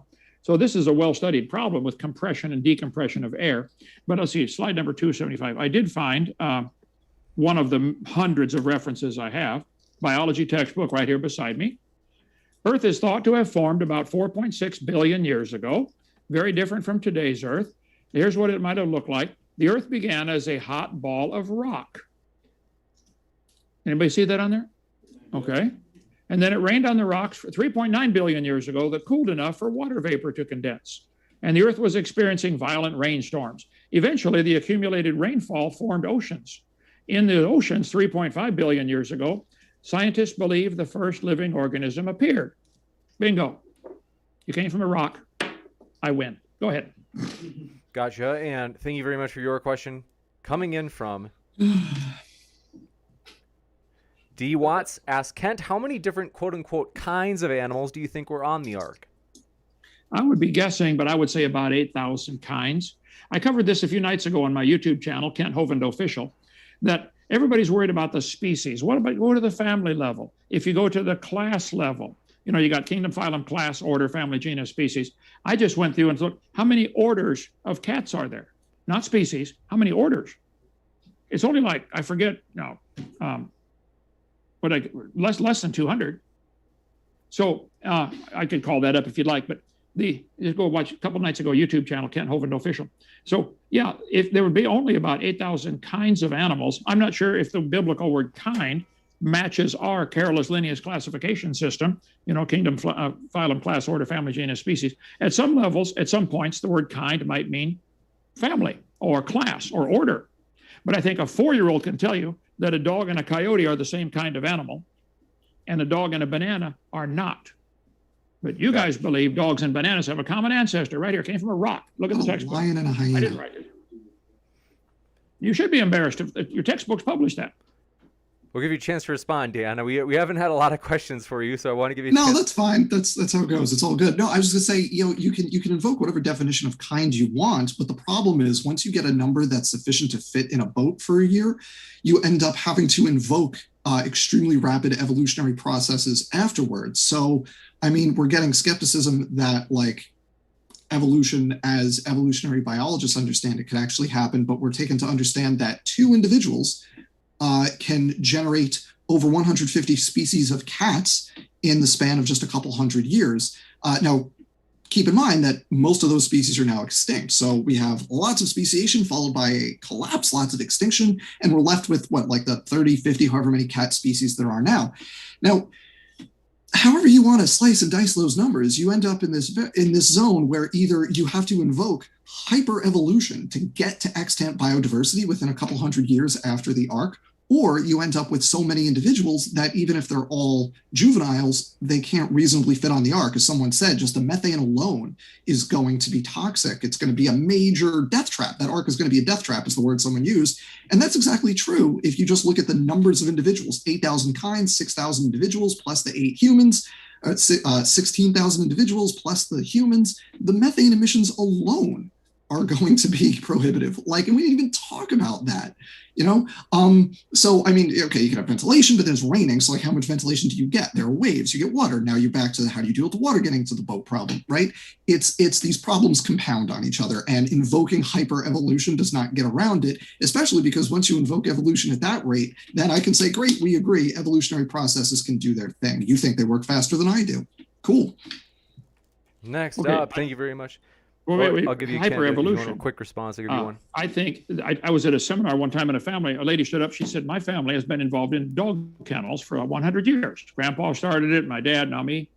She said, I can tell you right now, we can start with a couple of pairs of mutts and through selective breeding develop hundreds of varieties of dogs in 100 years. Most of the varieties of cats and dogs today, especially the domesticated ones, were developed for a particular purpose. Like somebody, why I don't know, developed a Chihuahua. That wouldn't last 10 minutes out in the woods. So most of the dog breeds wouldn't survive. If you turn all the dogs loose, there's 339 recognized breeds of dogs by the American Kennel Association. I would guess 200 of them wouldn't survive. They would revert back to the more of a generic, like a wolf or a coyote.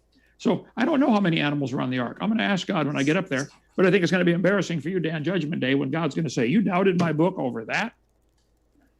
Gotcha. And thank you very Pascal's much. wager. Drink. Thank you for this question from Mitchell asks, for Dan, can a Cardinale, in parentheses, learn to fly by itself? It's a pun. It's a pun. If so, given your nonsensical paradigm. So I'm not sure what the question is, but I do want to say I appreciate the pun.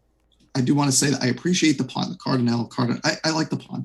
I think, so we could spend an hour talking about the evolution of flight and the different times it's happened among vertebrates and invertebrates. But I mean, the short answer is flight evolves and we more or less know how that happens. And it's happened 30 times among vertebrates.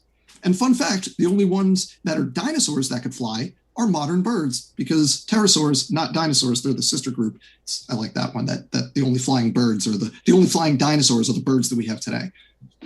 Gotcha. And thank you very much for this question coming in. Such a nerd. I'm sorry. It's all right. We like it. And Area 85 Restoration says a moon pool does not relieve stress. This is not something I, quote, believe. They said, I can show you this mathematically. Can you show mathematically that I'm wrong? Who was that for? That was definitely for you, Kent. Well, I think we could probably try it out with a rowboat in our lake. Cut a hole in the bottom, weld a pipe on, have it come up inside. If you go, and we could do the math and get, if we could have a wave generator to generate certain number of actual size waves that we could generate and repeat the experiment. I bet we could do it. We should do that. I get a water tank, generate waves, have a little wooden ship, see how much it bobs up and down with say a 2-inch wave, and then put a moon pool and see if it does absorb some of the shock. We have all kinds of cool stuff at Dinosaur Adventureland. We'll add that to the list. Okay, Sheila, put that on the list for the flood demo out here. About the Grand Canyon probably formed in a week too, by the way. It's a washed out dam, a really big one. You should come see our demo on that. You're going to love that one. Anyway, so yeah, I haven't done the math yet. I could calculate. I taught algebra, geometry, trig, and physics. I could probably do that. That's a good one. I'll do that. And this one coming in from Robert Summers says, Kent, how do you know that the pharaohs who lived or reigned for 300 years weren't in their own golden age? As you had mentioned, different cultures have had their golden ages reported on. I was just mentioning that the Egyptians are well known for exaggeration. I don't know. I mean, I could go back and study that and find it's been years since I read about that. But they were, I think most historians would say the ancient Egyptians were well known to exaggerate. So, gotcha. And this question, appreciate your question as well. Tyler West asked, Kent, the BTUs from thousands of animals and the methane gas buildup with only one window for ventilation would make the Ark a death trap. So covered some, but we'll give you a chance to respond to it if you'd like. I would like to find out where on earth they got the idea there was only one window. The Bible says he would finish the window in a cubit. It only gives one dimension, elbow to fingertip. I think it was completely around the Ark, one big continuous ventilation spot all the way around. The Ark was only designed to float. So they're saying one window. Where did you get that? Not from the Bible story. Gotcha. This one from Matthew DeMartin says, go, Leafs, go. I don't get it. One of you guys, is that like your nickname? Leaf? Okay, next up, Revelation. I have no idea. Be a sports thing. Revelation said, Kent, you criticize the idea of a quote-unquote guru to help someone learn, but in Ephesians 4, Paul describes a teacher as one of the 5 gifts of Christ to the church for growth. Smart Christians are gifts, not gurus. I'm not sure when that came up. When did that come up? I'm not sure what the question is, but yeah, I love teaching. That's what our whole place here is about. Teaching that God's word is true, and you're going to face God one day, and I want to get everybody ready for that. I found another textbook showing how the Earth was billions of years ago. All the matter in the universe was in a dot, smaller than a period on a page. Gotcha. That's a crowded dot. You got it. Nathan R., thanks so much. As more of a comment, they say, you've convinced me, Mr. Hovind. Thank you for all of your work. And this one coming in from Area 85 Restoration says, yes, the textbooks state how the universe and our planet was formed. However, including the Big Bang and planetary formation in the theory of evolution is something you made up, Kent. He said, in reality, it has never included these things. Well, let's see. I downloaded this last year off the internet, theconversation.com. The Earth started out as a ball of very, very hot liquid. The liquid was mostly made of 2 elements, oxygen and silica. How about this one? After a few hundred million years, the temperature of the Earth reached 2,000 degrees. The melting point of iron and Earth's core was formed. Earth formed 4.54 billion years ago. Let's see. And swirling in the waters of the oceans is a bubbling broth of complex chemicals. Progress from a complex chemical soup to a living organism is very slow. I think that whole statement is very stupid. I think what I might have not read it as clearly as I could. I think what they were trying to get at is they were trying to say that the Big Bang and planets forming, that those two things don't fall under the umbrella of evolution, that they are distinct. Well, hold it. Good point. But they are essential for the starting point. What evolved? Where did this first animal come from? right here, textbook. In the oceans, 3.5 billion years ago, scientists believe the first living organisms appeared. So the first living organisms appeared in the oceans, which came from the hot ball of rock cooling down. Yes, you do believe you came from a rock, and you're welcome to believe that. We think the planets form from collisions in space and dust rotating around the sun. This is from Berkeley University. After all that crashing released enormous amounts of heat. You want to worry about the heat, Dan. The Earth was so hot from all these collisions that all the rock melted, and the Earth was a hot ball of melted rock orbiting the sun. How did our planet form? From The Guardian. Talks about the Earth being a hot ball of rock. One thing I'd want to jump in. The only reason I want to jump in is I think that they were just asking, for example, like, are there written sources, whether it be The Guardian or Berkeley or wherever the sources are, that describe planetary formation or the Big Bang as falling under the umbrella of evolution? Well, yeah, that's essential. You have to have something. Where did matter come from? Where did time come from? Where did space come from? You can't. They want to start with living material. If you want to leave God out, that's fine. But you don't have a complete theory unless you can explain, where did matter come from? Where did space come from? Where did energy come from? There's a lot of energy in the world. Talk about the heat. Who heated that up? But the textbooks, and I show hundreds of them. Here's NASA, or the government, let's see, and NOAA, Ocean Service. 3.8 billion years ago, the oceans formed, and it was 212 degrees Fahrenheit. Here's from Bath University in, where was that? I was over there. I hate to do it. I got to jump to the next question we got. Okay. James, can I just ask a yes or no?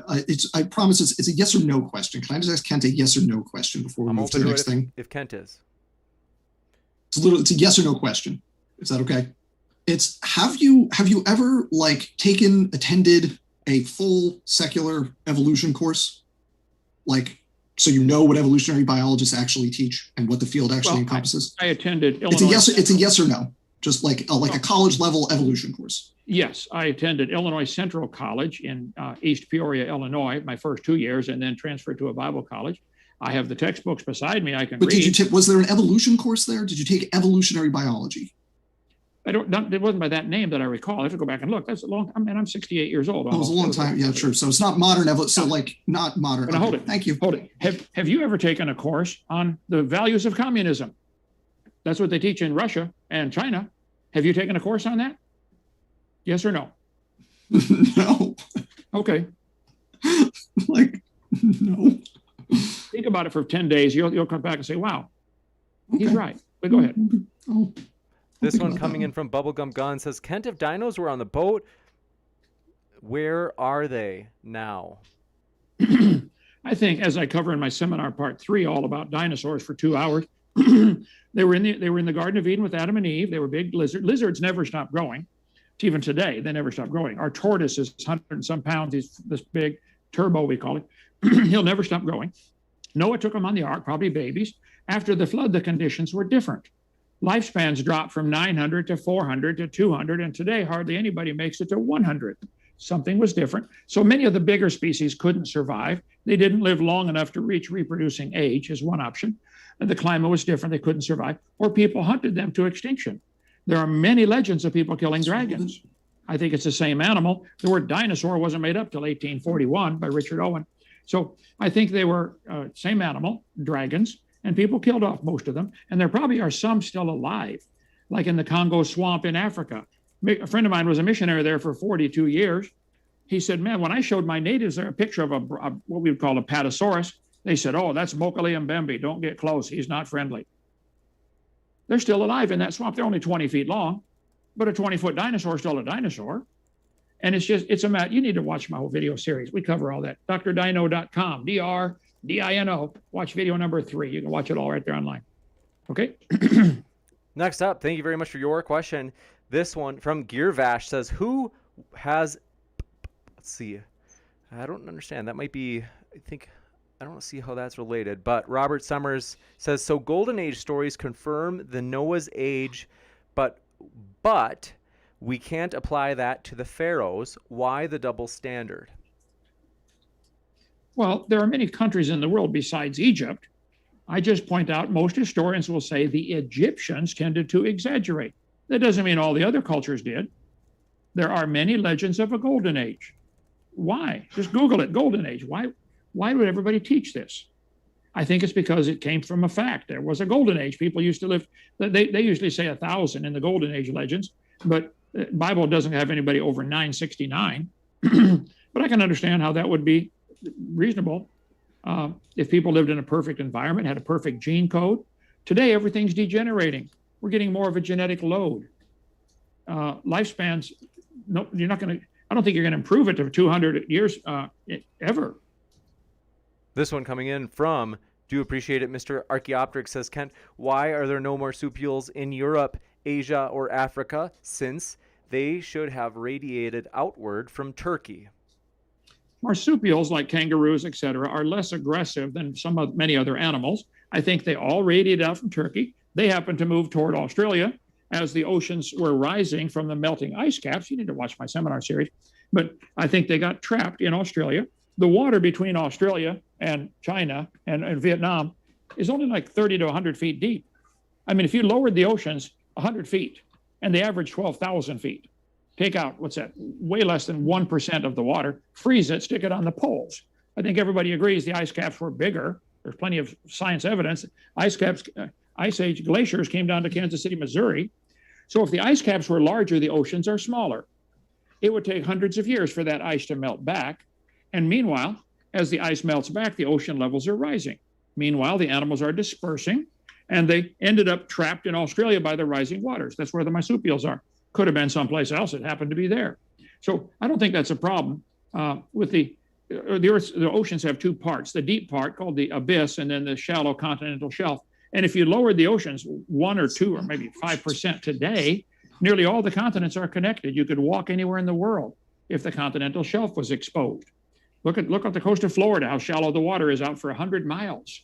So I don't think that's a problem. Marsupials are less aggressive, so the more aggressive animals would tend to drive them off. We go up every day when I take the tour here and feed the donkeys, the horses, and the cows. Those little miniature ponies, all the other animals are scared stiff of those 2 little tiny ponies. They're more aggressive, so they drive off the cows. The cows are twice their size.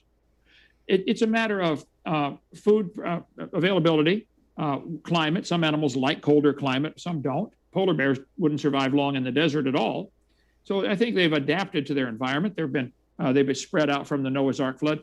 But the minor problems this person is trying to come up with about the dispersion of animals from Noah's Ark is so minor compared to the dispersion of animals from a rock 4.6 billion years ago. Life on Earth bloomed. There it is, primordial soup, somehow sparked to life, livescience.com. Let me just get in there and say that as far as marsupials go, there's a whole field called biogeography. And if you're interested in marsupial history, for anyone in the audience, you should Google a species called the Virginia opossum. It's a marsupial that lives in North America. And we've mapped the whole biogeographical history of the species. It's really cool how we do it. I encourage everybody to Google it. We actually can reconstruct the history. So just saying, we do have an answer to how this stuff works from evolutionary biology. It's super cool. It's the field of biogeography. Juicy. And this one coming in from Do Appreciate It. Raphael says, why show a scallop and call it a clam? I don't remember what that's from. Either of you guys know what that is?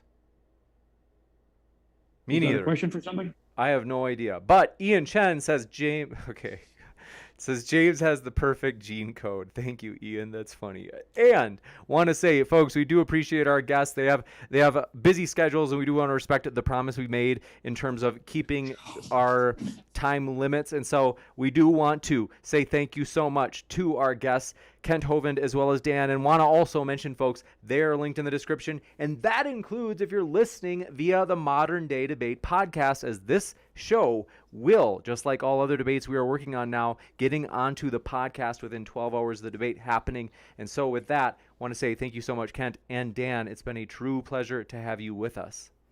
Well, thank you. And Dan, $500. Let me speak at your class for 1 hour. Not a religion class, but thank you for the offer. After show on the Dapper Dinosaurs channel. If I'll be hanging out over there if anyone wants to join us in just a little bit. Thank you, James, and thank you, Mr. Hovind.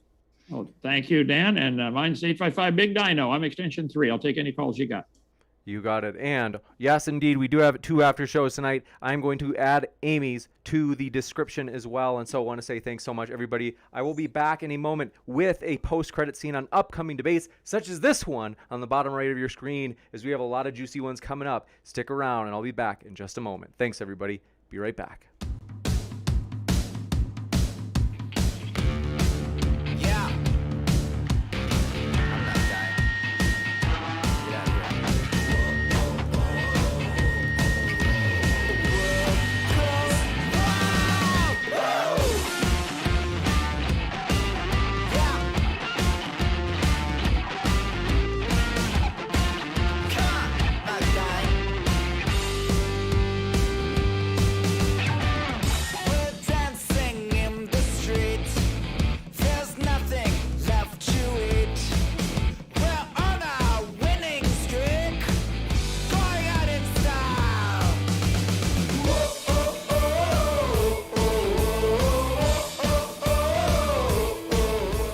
Ladies and gentlemen, that was a blast. Want to say thanks everybody for coming by and hanging out. And friendly reminder, as always, whether it be in the chat or in the comments afterwards, we want to encourage everybody to attack the arguments ferociously as you can, instead of the person, as we do appreciate the guests. And as mentioned last time with our guest Matt Dillahunty, if our guests are, for example, last time people in the chat were calling Matt names, and the idea is, if people are trashing the guests such that they're like, man, I don't really feel welcome here because they seem like they're more into personal attacks than attacking my arguments. And that's a small percent, folks. I want to let you know that's a really small percent.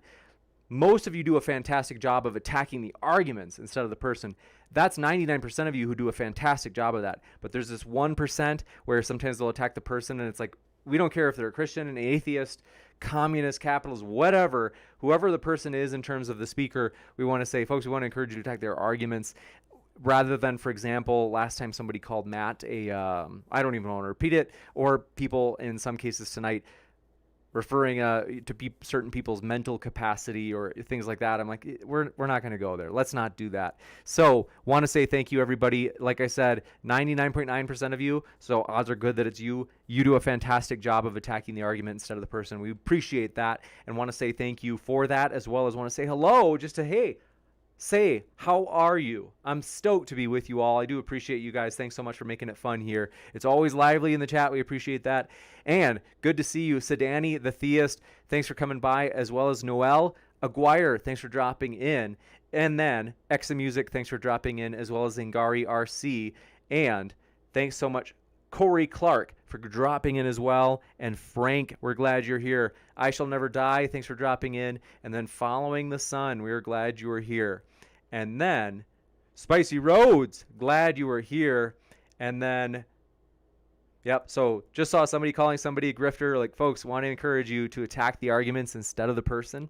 And so, again, that's 99% of you do a fantastic job. But that is the culture that we are striving for, that we are putting at the center of our kind of goal as we move forward. And so absolutely important. And Mitchell, good to see you. And yeah, Mitchell, man, I don't know what the deal was tonight, but I love you anyway. And I have no idea what the thing was where I think you thought I like personally took your wrench away. We, about a week ago, if you haven't heard, folks, we did a reset on all of the moderators. No punitive reasons, like it wasn't anything like that. It was just to be sure that the new guidelines had been seen by all the moderators. And so that's really important to us. Guidelines such as, one, the moderators want to delete anything in terms of people attacking the speakers rather than attacking their arguments, as well as, of course, hate speech. We're not going to like let anybody say like the N-word in chat, obviously. As well as, I don't even think the N-word, hopefully YouTube, I think YouTube has like the means to which that word would not show up in chat. Don't test it out, people. But nonetheless, anything like that where people are trying to go into the hate speech stuff, we're not looking for that, obviously. DeFreak, glad you made it, as well as Not Evolution. Thanks for dropping in. And Jeff Huff. Is it Jeff Hugh? It must be Jeff Huff, I think. Let me know. Good to see you, David P. Neff, as well as Amy Newman. Thanks for coming by. And All-Terrain Dude, thanks for dropping in. And yeah, Kent did it. He did indeed say national pornographic. He said that for a long time. And so, no, that was not a Freudian slip. That's like in all of his videos, if you watch them. I've seen that before. And then Ahmad Hassam, thanks for coming by, says, let's see. Kent, why are you not a Muslim? We'll have to ask him that next time. That's a juicy question. Thanks for coming by, Ahmad Hassam. And EndoXD, thanks for dropping in, as well as Marion Grand Bruheim. Thanks for dropping in. And then Raphael, we're glad you're here. And then, oh, did I miss your super chat? Let me know. Let me check. Well, here, Raphael, if I did miss it. Oh, I actually asked your super chat. I don't think they knew what I was talking about. Like, I don't know what the scallop and the clam thing was about. But if you're really upset about it, if you want to do a super chat next time as just a normal chat, just let me know. And I can read that. And hopefully the speakers will recognize what your question is then.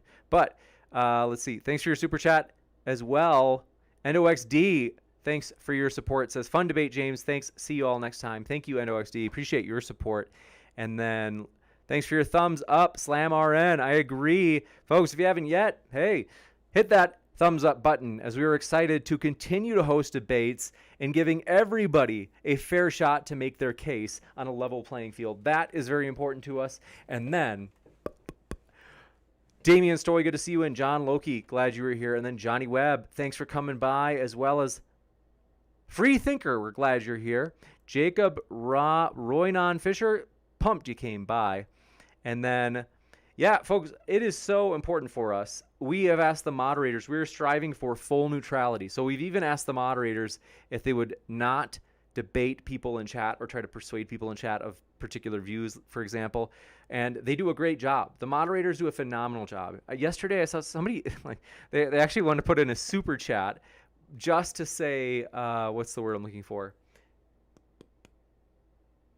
Oh, okay. Yep. So just got a heads up. So yeah, there are a number of people that have a wrench right now. And so I think that someone has access to the account and just modded those people. But here's the thing.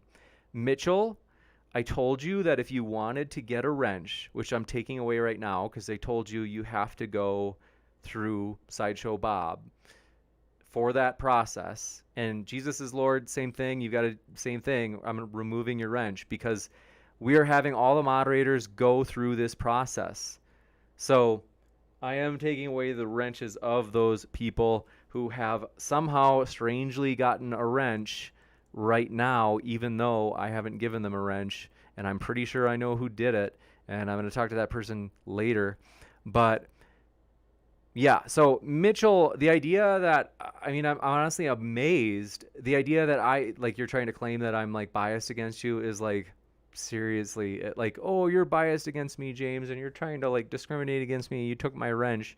I don't even know what your position is, frankly. But I get it all the time from both. I would say a small percentage from both sides of every debate almost. I get some people who, usually the extremists for their position, they'll be the first to jump and say, oh, my person's not being treated fairly. And Mitchell, in this case, like it was, you think, and how you're thinking, because I took away everybody's wrench, you think I have something personal against you. Seriously, I was like, I'm just amazed. Everybody always has a grievance of like, I'm being wronged, and James, you're not doing, well, not everybody. Forgive me for saying that, folks. 99% of you are fantastic, and I appreciate that.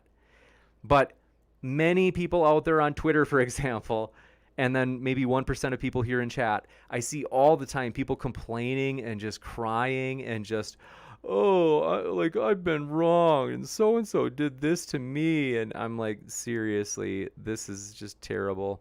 But yeah, so let's see. Looking through here to see who has a wrench, who shouldn't. And yeah, folks, I don't know what kind of monkey business you guys are up to. And it's not gonna fly. So seriously, you guys should have just gone through the process that all of the other current moderators are doing, namely getting their wrench through Sideshow Bob.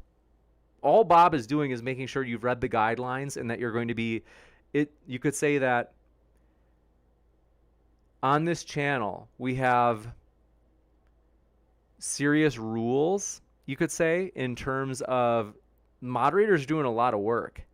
And so that's really important for us. is that everybody, if you're going to be a moderator, it's like, okay, but you got to do the work to do it. And so there are like meetings and everything. So I hope you know about that. And then Jacob Roynon Fisher, I have to be honest. Hey, I love you, man, and I'm in a good mood. But your chat, it looks, honestly, what you're saying is pathetic. You said, please next time stop Kent from using his logical fallacies and gaslighting. That's your guys' job in the debate, not the moderators. The fact that you think you need the moderator for help, this is a neutral channel. If your guy can't cut it, if you don't think Dan did a good enough job such that you think that I need to do it, pathetic. Seriously. This is a neutral channel. Go cry somewhere else. But I love you. Seriously. I'm like, but I got to be frank with you because it's like, geez. And then let's see, Arctic Plague, reminder, attack the arguments instead of the person. So got to put you on timeout. And then also Les Peter Guitar, thanks for coming by. Said, I did attack the argument. Kent lied about reptiles. So the idea of you calling is like saying someone is being dishonest or lying, blah, blah, blah. We have already talked about this before. And so we've already talked about so-and-so is so dishonest. Is like, we're not dealing with that. If you want to attack their arguments, cool. But it's honestly, it's so cringe that almost everybody who sees somebody who disagrees with them will go, oh, they're so dishonest. They're arguing so dishonestly. And it's like, seriously. And it's like, I will be honest, like it's just like, gosh, attack the arguments, people. So glad you're here, Wolf. Thanks for coming by. And I really do appreciate it. So thanks so much that I actually made it to a live stream. Been a while. Thanks so much, Wolf. We're glad you did. It's been a while indeed. And Fox Populi says, you have the patience of a saint. Thanks for your kind words, Fox. Seriously, I appreciate that. It says, last night you said something about donating through Venmo, but I missed it. Wanted to make sure you guys get my money, not YouTube. Thank you, Fox. I didn't know anybody.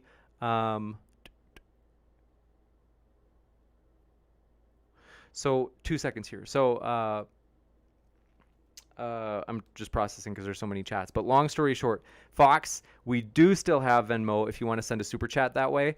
And it's just Modern Day Debate is our call name on Venmo.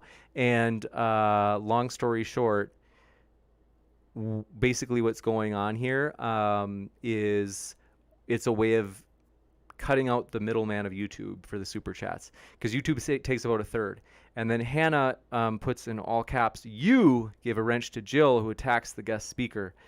Jill, Hannah Anderson, I would highly encourage you to, before you make kind of claims like that with like the bold letters and stuff, you might want to like just ask me about it, because there are about 5 or 6 people who have access to this account, and I didn't give Jill a wrench tonight. So please ask me instead of just telling me that I did it, because like I said, there are about 5 or 6 people who have access to the account. I'm pretty sure I know who did, but I'm not going to name the name until I actually have asked them, rather than, so please do the same for me and just ask me, rather than just saying you gave a wrench to Jill, who attacks the guest speaker, because that looks like you're trying to smear me as like being unreasonable or something. And then Amy Newman, good to see you. Thanks for your heart smile thing and smiley face there. And then Les Peter said, got that one. Zlef, thanks for coming by. Says, do something about the wrenches. Yep, we will definitely. I'm working on it, so I can assure you I'm working on that. And then Jeff Huff says, you want to address you mod, James. I think you meant your mod. So Jeff, yes, I already mentioned that I'm working on getting to it, reading through the chats. Pray for me. Glad you made it, as well as Pancake of Destiny. Says, James, how much Dodge Company paid you for advertising in this debate? That's funny. I don't know. Do they have Dodge ads on the video? And then Sideshow Nav says, Amy Newman and Frustrated Atheist are ready for the wrench. Cool. Works for me. I'll wrench them up. I'll keep an eye for them in chat here. I'm scrolling through slowly, but I'll get there. And then Les Peter Guitar Jam, highly encourage you, please don't copy and paste messages. And then Atheist Jr. says, James, I'd love to come on again. Thank you, James, for jumping in and bailing us out, and I'm open to it in the future. I seriously do appreciate you bailing us out that night. And Honk Honk, thanks for coming by, as well as Mugen. And then was it Jerome M? Was that the person who... Sideshow Bob, I know that you had mentioned, I already demodded Jill and Mitchell, and then I'm looking for Sunflower so I can demod him. Because it's like, folks, it's like, if you want to be a moderator, you can, but you have to go through the guidelines with Bob, or Sideshow Nav. And so fair is fair. Like everybody, if you're a Christian and you want to be a moderator, if you're an atheist and you want to be a moderator, you can. The only trick is we do have those guidelines. And so we do want you to go through, like everybody, it's all fair. So everybody can do that. And then thanks, Frank, for your support. It says thanks and liking on the way out. So appreciative of that. Seriously, I do appreciate that, Frank. Thanks for your support. And Tapatzel, thanks for your super chat. Thanks so much for your support. It says, don't forget the Twitch. And you're right. I'm sorry, Twitch chat. I forgot you guys. I'm so sorry. All the drama in the YouTube chat. I'm behind. But Man of Mystery 33, thanks for being here with us. As well as Ozian, thanks for dropping in. And Sephirin, thanks for dropping in. And or is it Kai of Reason? Thanks for dropping in. And Sephirin, good to see you. And Chaxel and let's see, Sienna 2002. Brooke, there you are, Brooke Sparrow. And then, yeah, I'm pumped though, you guys. And so, Chris has one of those, what is it, a furrowed brow, and says David Neff with a wrench. Hey, if David goes through and like if David follows the rules as a moderator, yeah, like he can be a moderator. Now, we ask the moderators not to carry their, you could say, what's the word I'm looking for? We ask everybody to not let their drama or past battles with other people drag into this chat. And so I've never seen David Neff do anything wrong. So like I said, we'll let anybody be a moderator if they're willing to follow the rules. They can be Christian, they can be atheist, they can be Muslim, you name it, for real. Interspecies, thanks for coming by. Says, trying to run a community and to manage a moderator team is incredibly difficult and stressful task. I feel bad for James. Thank you for your kind words. Appreciate that. And I will get you that. I know you wanted a contact for Phil. I will do that. And then, let's see. Jal Cavatier, thanks for coming by. We were glad you were with us. And Davos Holdos, thanks for your kind words. Says, stay stoic. Thank you. Appreciate that, Davos. Seriously means a lot. Is it Davos or Davis? Let me know. And Honk Honk, good to see you, as well as Pancake of Destiny says, I was talking about one of the debaters dodging all the time. I'm sure you will get it. Oh, I'm slow. Let's see, dressed in black today and slow. So thanks for letting me know about that. And anybody got that reference? I don't know. But Let's Farm, thanks for coming by. Oh, and Cheryl. Okay, let me know. I'm so sorry. Let's see. I'm going to look for Cheryl as well. Please do remind me, if you're one of those people that got approved by Bob, feel free to tag me and be like, hey, I got approved by Sideshow Nav. And if you can tag Sideshow Nav in the chat too, that helps me. That way I know, and I'm like, oh, okay. Then I know I should give you a wrench. Naked Beekeeper, glad you were here, as well as Munda Skeptical and L. Oz, thanks for dropping in. And Johnny Ramirez, thanks for dropping in. And then Sideshow Bob, if you type in the call or the @ sign, and then you type in SI, his name should pop up if you're on a PC. If you're not on a laptop and you're on your phone, you're gonna have to type in Sideshow Nav and hope he sees it. And YC Fenrir, glad you made it, as well as Raw Nakedness says praise moderated his crew pretty much. LMAO. I don't know, maybe I gotta ask him, but let's see. But for real, yeah, that's the thing, is it's like Mitchell, the idea of like this accusation of personal persecution, like James is persecuting me, he's biased, he's like trying to come after me, oh, he's a fanboy for, the atheist or whatever. And like I said, there's a small percent from every group that's like, James is biased. And I would admit that I actually do have biases. I think that the trick, though, is like oftentimes when people accuse me of it, it's like there's no strong evidence, or even in this case, it's just not good evidence at all. We demodded everybody to do a full reset. And so, yeah, MC Toon is right. They require 33 6-hour training sessions. But for real, our mods, like it's not that much, but it is serious work. And so if you want to do it, you can, but you got to go through the right paths. And so Sideshow Nav says, sent list to you. Thanks for handling it. Thanks, Sideshow Nav. And then Interspecies says, you might already know this, but just in case, you can demod people going to YouTube Studio, settings, community moderators. Thanks for letting me know that. And then also, let's see, Hannah Anderson, oh, the chat moved on me, says, sorry about that. I didn't know anyone but you had access to your account. Not a big deal. No worries about it. Seriously, I'm not mad or anything. I got nothing but love for you, Hannah. For real. So don't feel bad. And then Reswat of Gore says, pump up the James. I get it, like jam. Okay. Mitchell says, Hannah had me de-wrenched. And it's what was fair, Mitchell. Especially, I was like, I think Mitchell's trolling us. We shouldn't let Mitchell get the best of us. I think Mitchell's seriously trying to get a rise out of us with all this, like, I'm being persecuted stuff. Let's see. Amazing. Bella's Breckenridge, good to see you. And Heat Shield, good to see you. MC Toon, it's funny. I was just talking about you with my buddy, my boy, Aaron, aka W, which is short for maybe I shouldn't say his name on air, but my boy, we always used to call him Big Government.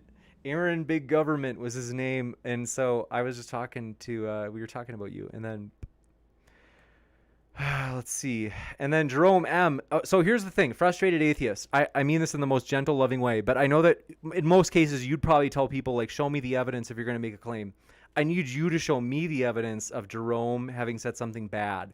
So, like, when you see Jerome M., who's a moderator, having said something that he shouldn't have said, or she, I don't know who they are. But if you can, like, instead of just saying they said something bad, if you can say, like, give me one of the words that they said that was bad, or one of the words they used, so that I can word search it. I can just do a Control F and I can search for the word, and then I can see it for myself, because it's just making an assertion.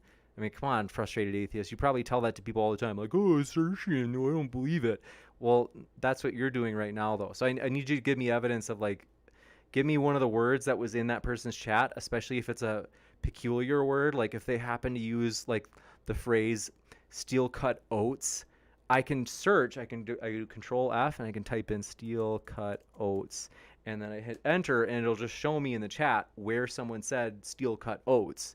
So that helps me. It helps substantiate your claim that the person was being inappropriate. So Slam RN, good to see you. I'm so sorry to be so hard on you, frustrated atheist. But it's the thing is, it's like a lot of times people will just, like, they'll make the assertion, and then, like, they don't realize it's like, well, you always call other people out for just making assertions, don't you? And, like, but, like, okay, it's like, can you not do it now then?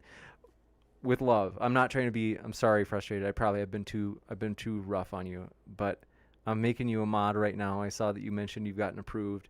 And then Cheryl, you've got it. Awesome. Thanks. I don't know who approved Cheryl, but I'm glad they did, because I know that Sideshow approved them. So is somebody else, seriously, if there's someone on the account right now who is giving wrenches to people who shouldn't, I know there's got to be at least 5 or 6, because I know that I gave it to Andy too, because there are different projects we're working on Modern Day Debate, and so a number of people have it, but there's frankly one culprit I'm thinking of. There's a usual suspect who I'm thinking I know who it is, but I will ask and then we'll find out.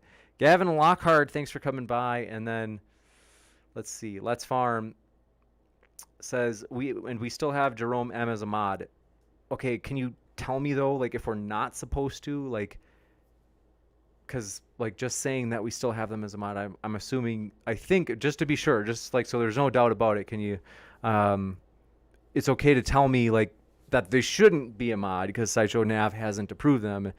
That helps me rather than just saying they are a mod.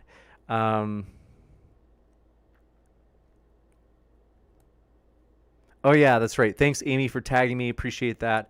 And then Math Science, glad you were here, as well as Frustrated Atheist. Let's see. Okay, good. Thanks, Frustrated Atheist, for letting me know that. It's crystal clear. I get what you're saying. So Jerome M,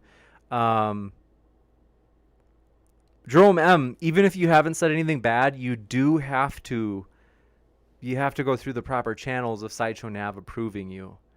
And then Perfect One says, people have been trying to get your attention, but not inputting your name correctly. A mod that is not Bob approved keeps timing out another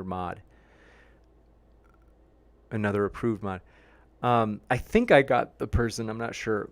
MC Toon says Aaron is the best. He is. I'm going to talk to Aaron pretty soon. MC Toon, We have so much juicy stuff to talk about from good old Minnesota. I mean, Florida, because I know you're there in hot Miami.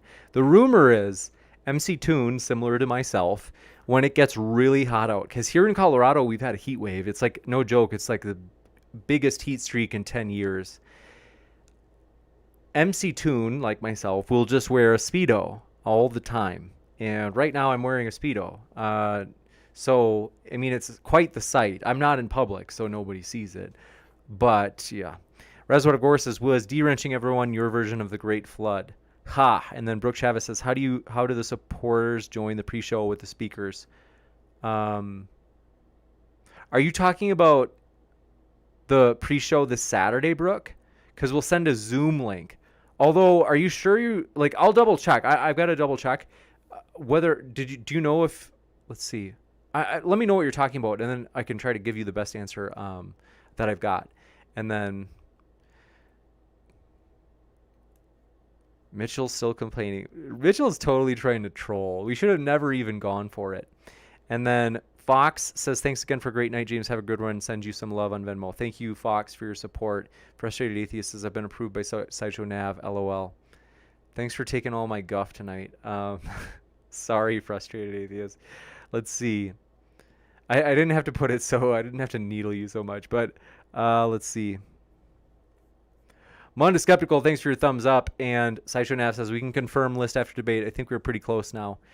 And Jesus Lord says, was 1,000 degrees. It was close.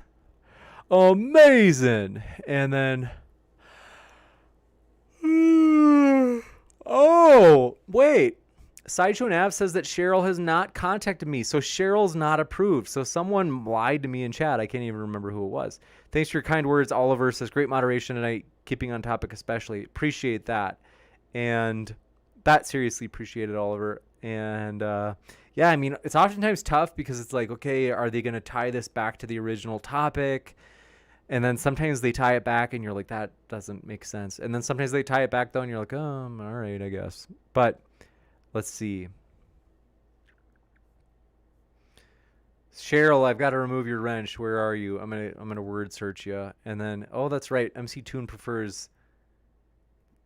And we both wear the same style of Speedo mesh. Cheryl says Gavin got mocked for a Speedo. That's right. Cheryl, I gotta give you a friendly reminder that you have to go through Sideshow Nav. Sideshow Nav can send you the list of rules or guidelines for the moderators, and that's the only reason I'm asking you to do that. I'm not trying to be hard on you, so that's why I took away your wrench. And Best in Show, thanks for coming by. Glad you made it. And then William, thanks for coming by as well.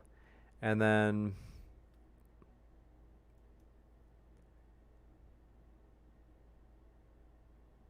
120 degrees in Phoenix today for Slam RN. Holy smoke.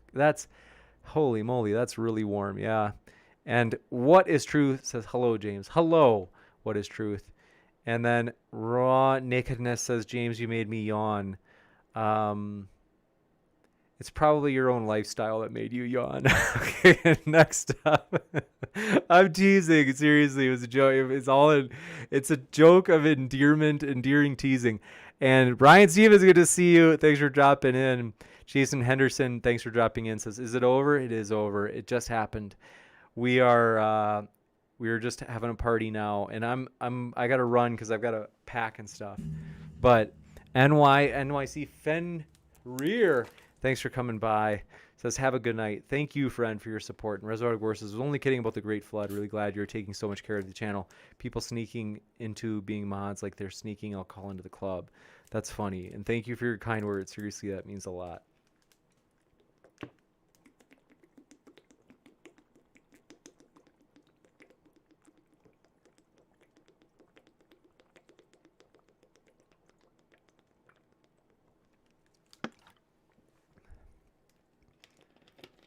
It's really good.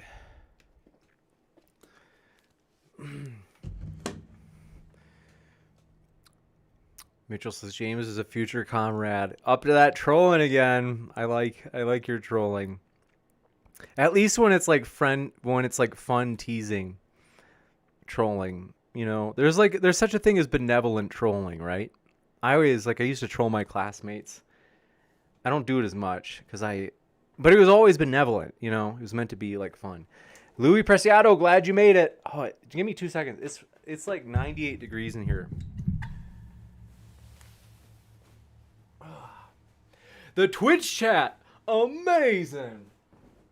Whew. I'm even gonna turn my fan on, you guys. It's 98 degrees. Oh, can you hear the fan? Let me know. Amazing. All right. I wish I had, let's see. Oliver Catwell's right. That was a tall and long sip of water. And then Brian Stevens is right. This debate, you guys, see this debate over here on the far right side of your screen? You don't want to miss it. It's going to be epic. So, my dear friends, I highly encourage you. Whew, excuse me. Did you hear that burp? I didn't mean to. You don't want to miss this Saturday's debate. It's going to be tremendous. Seriously, you guys. And Garrett, thanks so much for your support. I really do appreciate it. I don't know if you're listening, Garrett, still, but seriously appreciate it. But yeah, folks, what do you think? Well, let me talk to you guys about this. I want to get your opinion because maybe you're like, I don't know, James, but I have to let you know. We have Fox Populi, thank you for your support, said, awesome content. Thanks for all your hard work. You guys rock, from Fox Populi. Thank you so much for your support, Fox. Seriously. And you guys might be wondering, you might be like, where did that come from, James? I didn't see a super chat that said that. Are you just making up things to flatter yourself? Well, let me tell you where it came from. Folks, did you know that we have a Venmo? So we have a Venmo, and if you want to send super chats, you can send one via Venmo. It's all one word, modern day debate, no hyphens, no spaces. So I'm saying for the next debate, if you want to send a super chat, it would be the same price. Let's say you put in $2 and then you put your question into the little, info box, the little description box of like what you paid for. You put your question in that space. And then the cool thing is, so like I said, it can be just $2, whatever you want. And YouTube doesn't get their cut. Amazing. Because I'm serious, you guys. Don't get me wrong. I've got nothing against YouTube. And I think that I talk pretty positively about YouTube. Because I hear sometimes other YouTube people who will say, like other streamers who will say, oh, YouTube is so bad. And like, they're not perfect. Don't get me wrong. But I have to say, YouTube has been pretty good to us. Do you know how many times YouTube recommends our videos to other people? We, in the last month alone, had 4.5, I think it was, million impressions. In other words, YouTube has shown our videos to 4.5 million people, I think, in just the recommended videos. YouTube recommends our channel like crazy, and that's how we've been growing. It's one huge way we've been growing, and thank you so much for all of your sharing and things like that. That absolutely helps. But long story short, nonetheless, YouTube is filthy rich, and so like that's one way where it's. And then some people I know also they do have a bone. They have an axe to grind against YouTube, and I'm like, hey, it's fine. I'm not in your guys' business. If you've got something against YouTube because maybe they did wrong you, I don't know.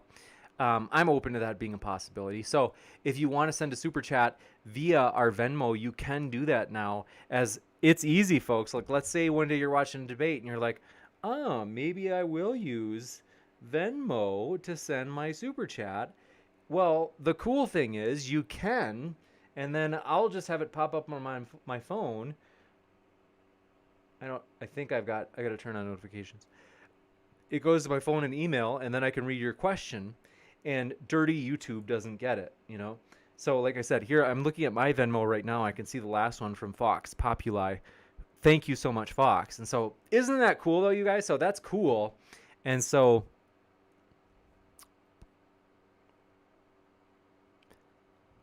I think it's neat. MC Toon thinks it's neat. He says, don't knock it till you try it on a hot day. It was 1,000 degrees today. Wood was melting. That's funny. And Amanda says, you are amazing. Thanks for everything you do. Thank you, Amanda, for your kind words. Seriously, I appreciate that. And that seriously means a lot. For real. And Dan R., thanks for coming by. Good to see you. And then Interspecies says, water ASMR. That's funny. And then Spacey Rhodes, Kim Jong-un versus James. Who is less biased? That's funny. Menelik M., thanks for coming by. Says, can you say the water was buzzing? Amazing. And Aller Catwell. Oh, that's right. Hold on. I'm almost caught up. The chat's moving on me. MC Toon, my boy, my twin brother from another mother. I just love him. And then Jesus is Lord says too much communion wine. And let's see. MC Toon says I can spell that burp. I can smell the burp. That's nasty. And Marka Ragnos, thanks for coming by. We're glad you're with us. And K Phil, thanks for dropping in. As well as Brian Stevens says, let's get 200 likes. Folks, we can do it 2 nights in a row. We did it last night. We're at 186. Only 14 more likes. That's amazing. Folks, for real. We really can get there, so hit that like button. What have we got for 300 people watching? And I say it every time, folks. You may have noticed it's like 18 likes. Wow. Well, let me tell you this. My dear friends, allies, those 10 dislikes, they're not dislikes. Those are from our 10 Australian viewers who have hit like from Australia. So thank you so much. We appreciate those people. So hey, that just encourages me even more. And Slam RN, good to see you again. And says, or hit that like. And then Hannah Anderson, thanks as well for saying that. And then let's see.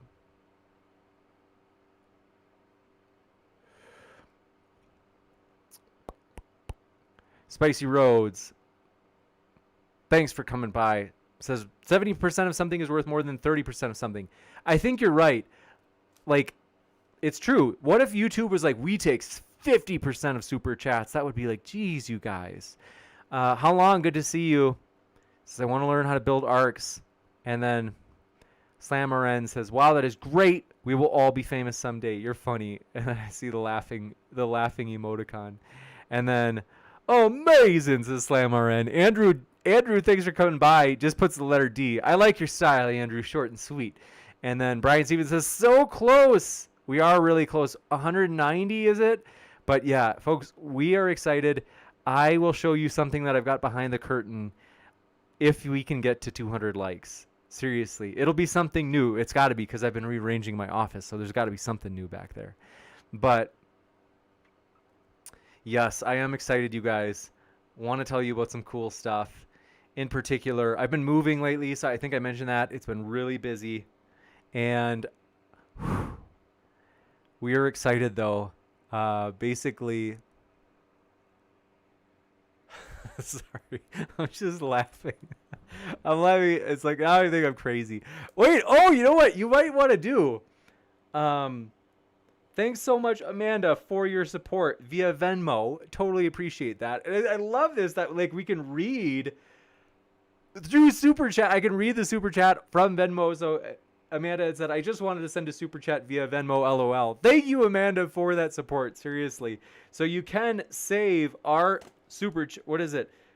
Where is this thing? Yeah, it's Modern Day Debate. I'm going to upload the picture. That's overdue. So let me do that right now. Very embarrassing, guys. I should have already done this, but don't worry. We're going to get there right now. As there is, we don't have the picture on there. You might be like, James, I don't understand. But I guess maybe that's useful because sometimes people, no joke, sometimes people are like, hey, I can't super chat from my country. And so this is kind of cool that like Venmo's a little bit easier than PayPal, right? in terms of convenience, obviously a super chat is the most convenient thing you can do for super chatting. It is a super chat after all. But in addition to that, think about this.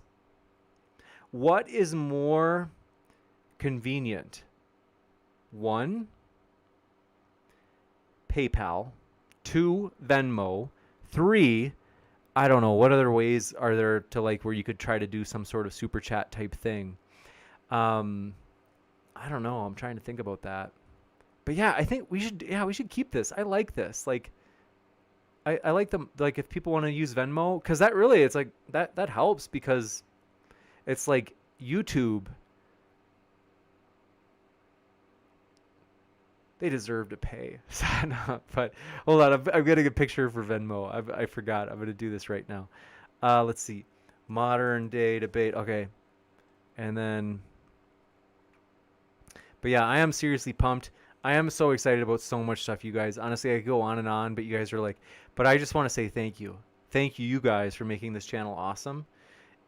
I love that it is such an eclectic community here. Seriously, I really do love that. And so it's honestly phenomenal. It's so cool. And so we're at 2 more likes. And then, oh wait, did my camera disappear? I'm going to load it back up. Here I am. Okay, so Captain Morton, thanks for coming by. Said, where's the debate though? It already happened, Captain. You got to scroll back to the very start of this stream. And Sephrin, good to see you in the YouTube chat as well now.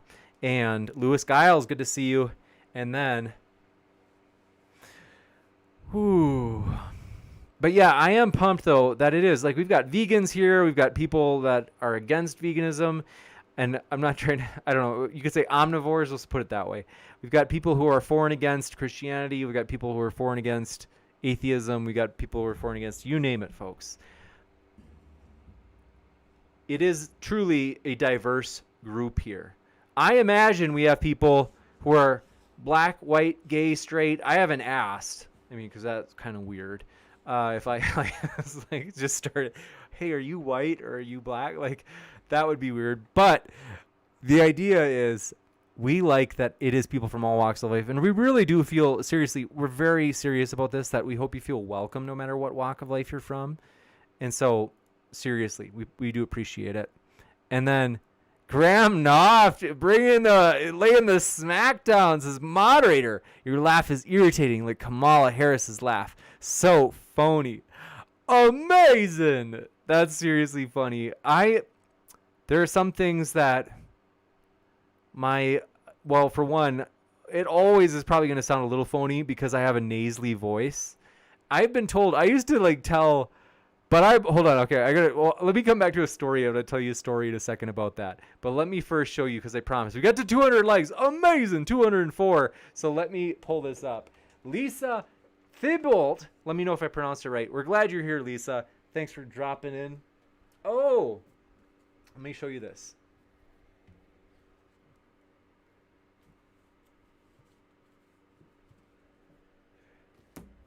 Let's see.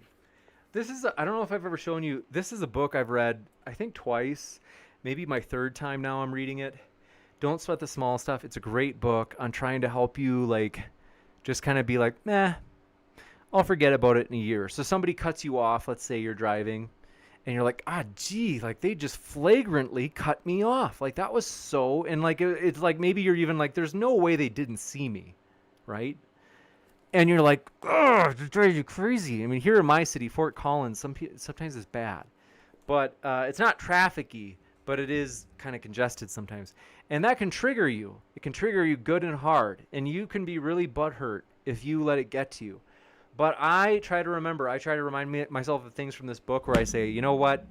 In a year, I'll have forgotten that person ever cut me off. So it's not really a big deal in the big picture of my life, is it? Like, I'll forget about it in probably a week even.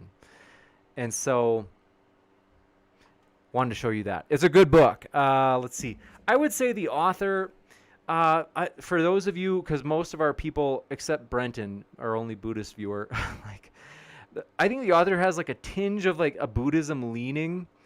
So if you're like, nah, I'm not into the religion stuff, man, or if you're like, well, I am into religion, but not that religion, and I don't want to read it, I would say he doesn't really push. I would say he doesn't push Buddhism. He tries to like, he might name or pull an idea from Buddhism. I think he might also though from Christianity.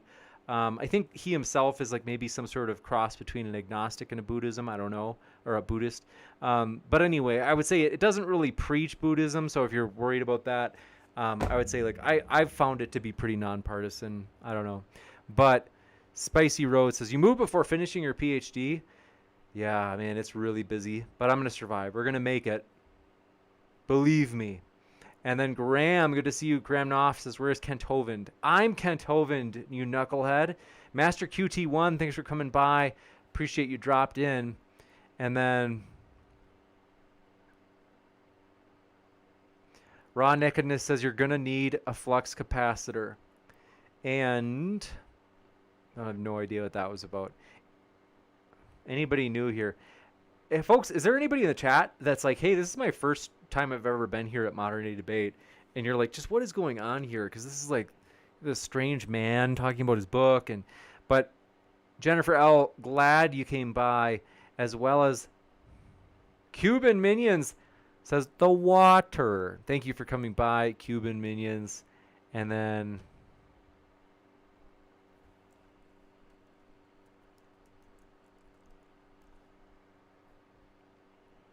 let's see. LB, glad you came by, as well as Rado, good to see you again. And then What is Truth says, I wouldn't mind being a mod. You can, but you got to talk to Sideshow Nav. He can get you connected. And I got to warn you, it is a lot of work. So I would say, don't do it unless you really want to. And Brian Stevens says, James is Kent Hovind, mind blown. So yeah, let's see. Is there anybody though who's new here for the first time? Definitely not Sarah. And let's see. Toto Kaka, thank you for coming by. It says, have they finally found out if yes or no? Found what out? But yeah, you guys, I'm pumped. I really should go. I appreciate you guys, seriously. Thanks for all of your support. We are excited. We do you guys have any ideas? I want to do a thank you stream when we hit 50,000 subs. For real. And you guys, thank you for all of your support. Thanks for everything, seriously. And so if there's a way we could do a special stream for 50,000 when we, Lord willing, cross that milestone, like, let me know if you have ideas. I'm open to it. We've talked about we might try out the Twitch hot tub category. That's a possibility. There's other stuff we could do, though. It doesn't have to be me half naked in a pool. I don't know where I'd find a hot tub, especially one where I could, like, swim or, like, film, because it'd be in public. They'd probably be like, why are you doing this? But Kai Reason says, Saturday is going to be lit. You're right about that, Kai. I couldn't agree more. You guys, this debate that you were seeing right here, see that? Oh, right. Yeah. You guys, it's honestly going to be gigantic. I'm pumped about it. Brooke Sparrow says, I was asking about the pre-show for those who pledged at the level where they get to talk to the speakers. Good question. If a person happened to sign up for that, I can't remember. Did you sign up for that, Brooke? But if a person did, we will give the link, and I've got the emails. I think there's like 3 people, I think it's like a small number. What I will do is I will send them at 25 minutes prior. I will send the link, and that link basically, you could say, will be sent out at about 25 minutes prior, maybe even 30 minutes prior. And we'll wait for the speakers to come in at about 25 minutes before the show to start. And so thank you for your support. And also, you guys, I'm so sorry that I admit it. I'm sincerely sorry. And I'm thinking I might actually just do it tonight, where I might start making the shipments for the Indiegogo. So I'm so sorry that I haven't. If you're like, bro, where's my t-shirt or my coffee mug? I'm seriously sorry that I admit I am behind on that. And I did build into it. Like, I gave myself like the whole month of June, but I still want to get them out, relatively soon, because you guys were probably expecting them by now, because the debate was scheduled for June 5th. So if you see like the Indiegogo fulfillment, it'll say like, when can you expect this perk by? And I think for most of them, I put June. I think almost all of them. And so I do have to get a move on that because it's like, yeah, I don't have that much time, and I don't know how long the delivery usually takes. So you guys have got to let me know once you guys start getting your merch. I'm gonna maybe start putting out some of the stuff today, and then you guys can let me know when you get it, and then. Man of Mystery says Cash App is satanic, an eye for a logo. Seriously?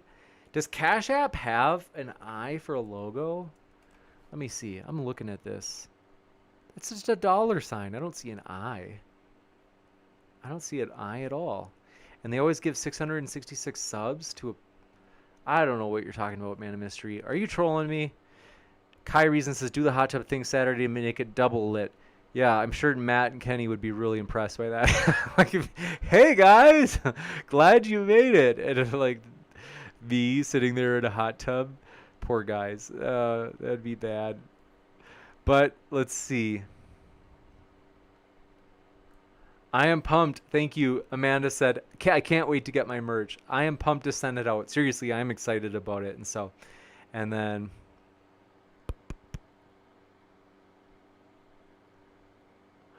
Munda Skeptical, good to see you.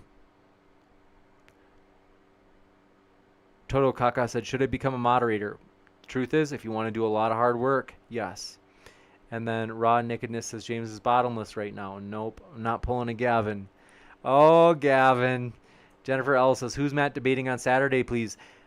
Christian scholar and apologist Dr. Kenny Rhodes. It's going to be epic. I'm really excited about it. He's working on, I think he's close to wrapping up his second PhD. Loves to learn. Also, interestingly, if you're familiar with the big 5 personality traits, trait openness is correlated with education. People who are higher in openness, probably they love to learn, and so doesn't have to be like formal education. The way in which they learn. Let's see. I'm trying to redirect myself because I thought of something in a debate earlier today. I almost took a side today in the debate because there was something that I was like, but I'm not going to say it. But let's see. MC Toon says, this is my first time. Who are you weird people? I'm just trying to order pizza. Space pizza, am I right?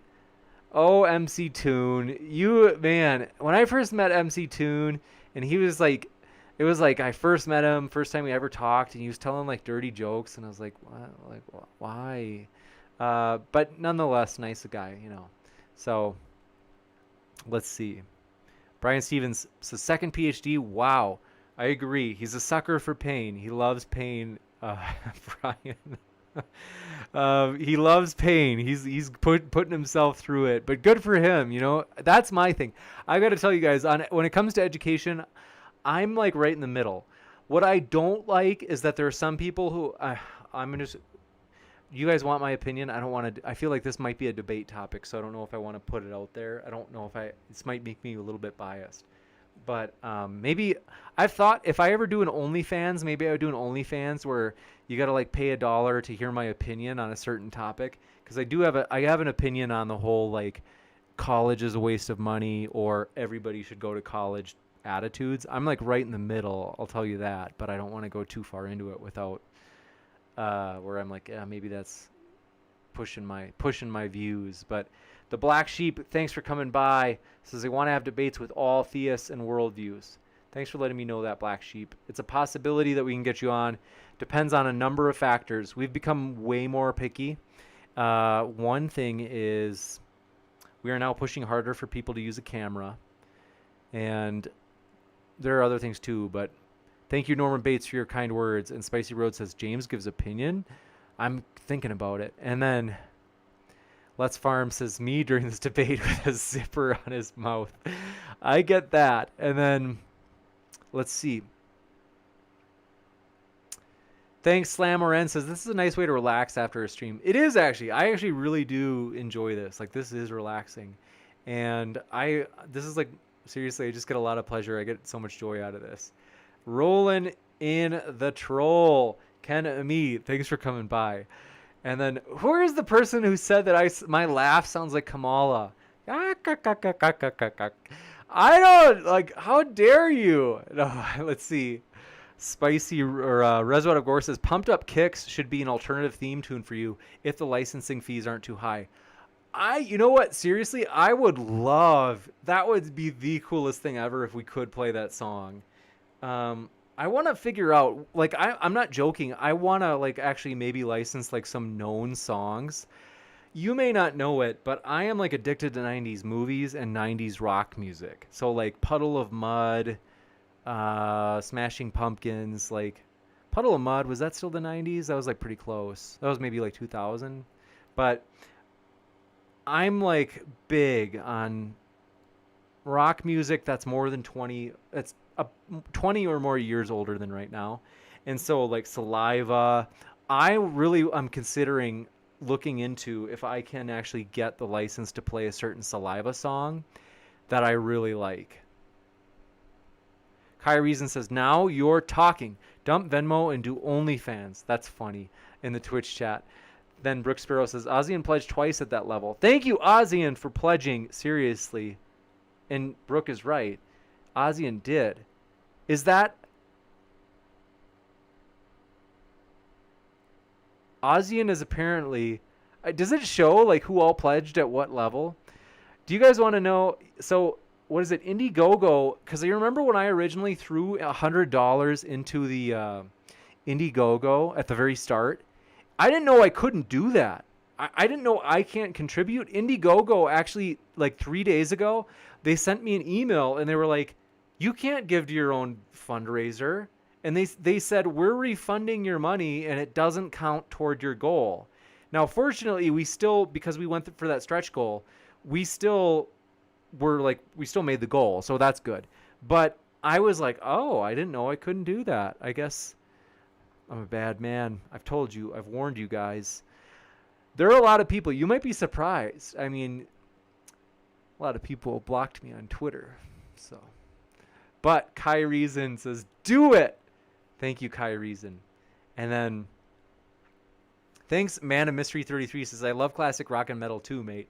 Oh, that's good. I honestly big on that. So, and then Norman Bates, thanks for your kind words. And Mitchell says, what do you think about the Great Pyramid of Giza? How do you think it was built? I don't know.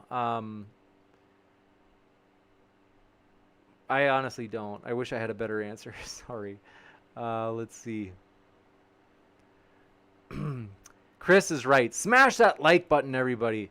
And then Spicy Roads says, James monetizing his PhD opinions. That's funny. I'm not a PhD. I'm just working on it. So, want to let you know, you can't call me a doctor. In my field, like, if my professors knew people, like, so I can't, I've got to say, please don't call me doctor. Because if my professors ever thought that I was telling people, like, to call me doctor, or even that I was okay with it, they'd be like, James, it's not what we do. Seriously, I'd, like, Adam Albelia says, missed you, bro. Long time no see, and now I hear OnlyFans. Nathan escalated quickly. That's really funny. I don't know what your Nathan, like, point means, but OnlyFans would only be for if I maybe had an opinion. But I don't know. It seems like, I don't know. It just seems weird. But I've heard, so for example, my buddy Andy, he follows Shoe on Head. Does Shoe, I don't know, what is her, I feel like I've heard her real name before. Agnes? But whatever it is, she has an OnlyFans, but she's not, it's not her naked. It's her, like, sharing her opinions or political stuff. And so I was like, oh, that's kind of a cool idea. That's like a new spin on it. Like, that's original. That's innovative. Hats off to Shoe for that. And I'm like, hey, maybe that would be a place where I would share it. Because it's like, in a very real way, my views wouldn't be in public if you think about it. You know what I mean? Because it's like, I'm not like, it's not like they're just out there. You can easily get my opinion on it. Like, you have to go out of your way. And so it kind of like, it seems, I feel like it dovetails nicely with my claim of being a neutral moderator. Because it's like, you can't even find if you Google, you're not going to find my opinions. You have to, like, actually go beyond a paywall to see my opinion. So I feel like it would be kind of like, frankly, I don't see myself doing it, like, maybe ever. But let's see. Interspecies, thanks for your kind words. Said I prefer the post-debate chats more than the debates, to be honest. That's funny. Very, what's the word I'm looking for? Sassy. And then Raw Nakedness says, do you like Black Hole Sun? I did like Black Hole Sun. I can't remember what their song... I only remember liking one song from them. I loved Green Day, though, Brian Stevens. And I even liked their later stuff. So, like, when I was in high school, Boulevard of Broken Dreams, like, I loved that song. I think I was almost in high school. I can't remember when that came out. Maybe not. Booty Cat says, Breaking Benjamin. Amen to that. I seriously... Let's see. Alice in Chain, Soundgarden... You guys are totally, you get me.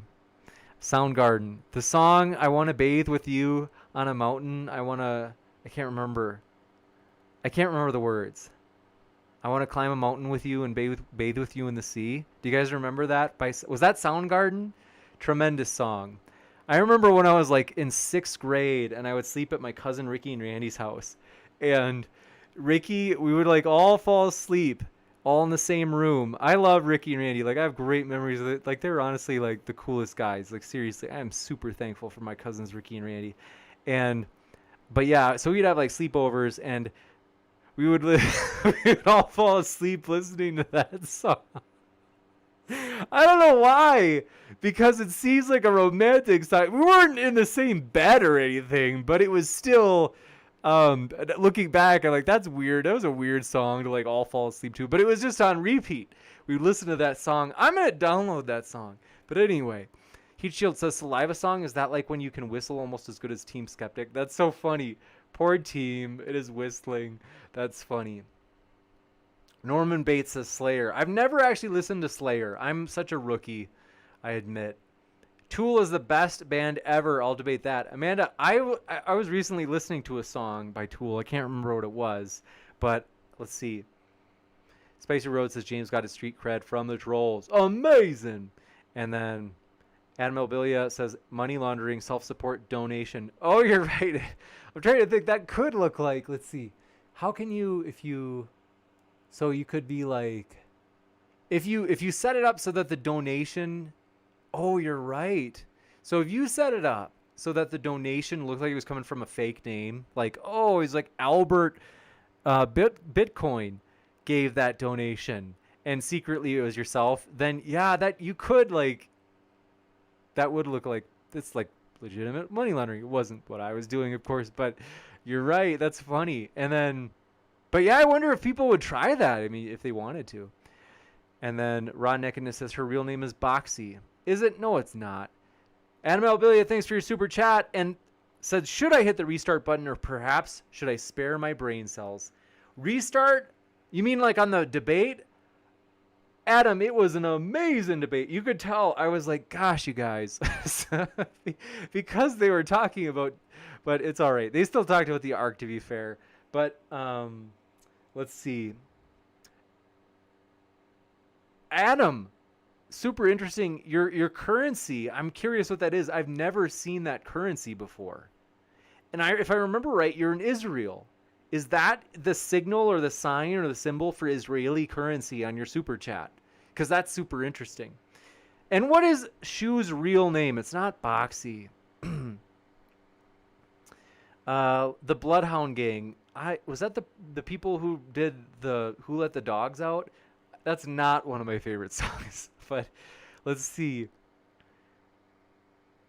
Reswood of Gore says, check out Dred Zeppelin, Your Time Is Gonna Come, or Heartbreaker for some cool alternative 90s rock. Led Zeppelin mixed with reggae and Elvis. That sounds interesting. I'm going to do Dred Zeppelin, Your Time Is Gonna Come. I'm going to try that out on YouTube right now, and we'll see what it's like. And then, are you still here, vegan ma'am? I've got to find you Phil's contact, and I'm sorry that haven't already given it to you. Let's see. McToon says, now I can't call you Doctor. Just last week you insisted that I call you Dr. Love. You said it was from the Muppets. What does that mean? Amazing. Not even Dr. Love. But Chris says, speaking of OnlyFans or MC Toon, Chris says, James getting an OnlyFans, count me in.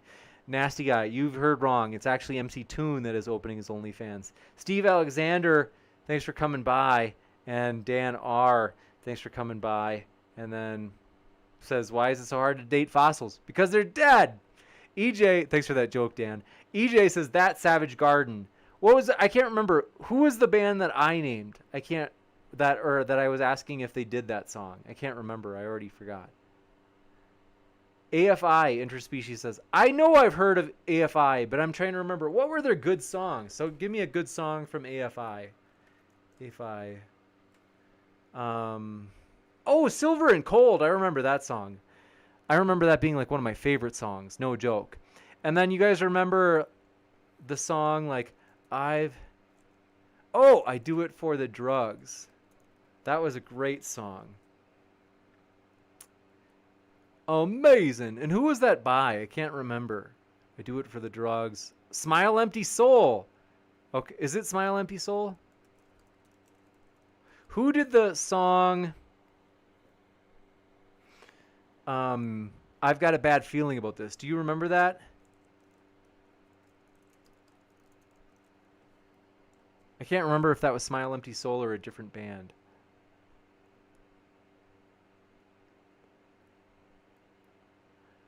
We're going to get in trouble if I play this too loud because I am not supposed to. Bottom of a Bottle? I can't remember what that was. But yeah, you guys have got great recommendations. Perpetually Annoyed says that was Savage Garden. Oh yeah, Chevelle, I remember they were great. Linkin Park was awesome. Incubus and Tool, 100%. Yeah, those were epic. And then Norman Bates says, it was hot in Vegas today. How hot was it in Vegas? I'm curious. And then Norman says that his car said it was 120. Holy smokes. That's brutal. Pink Floyd, that's right. Goose are Gone, thanks for coming by. I see you like Dan's joke. And then, let's see. EJ, 3 Days Grace and 3 Doors Down. You're right. And I think, was it 3 Days Grace?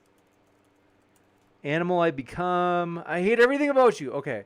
Have you ever heard the song I've Got a Bad Feeling About This? Like, who was that? I can't remember who did that. 3 Days Grace, I Hate Everything About You has 295 million views. Holy smokes. And it's from 2009. Man, that's awesome. Good for them.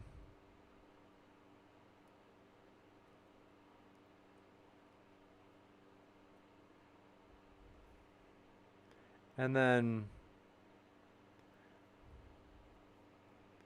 German V says, James, do you smoke weed? Nope, I don't. And Ken and me says, amazing. And German V says, again, do you smoke weed? What are you trying to imply? Brian Stevens, good to see you. Says June. What are you talking about? And then Brian Griffin says, do you enjoy any of the Envy's, Above Envy's other songs? Above Envy, I know I like them, but I can't remember their songs. You guys are like totally bringing me back, and this is like super helpful. Let's see. I don't remember what were their best songs? Above Envy.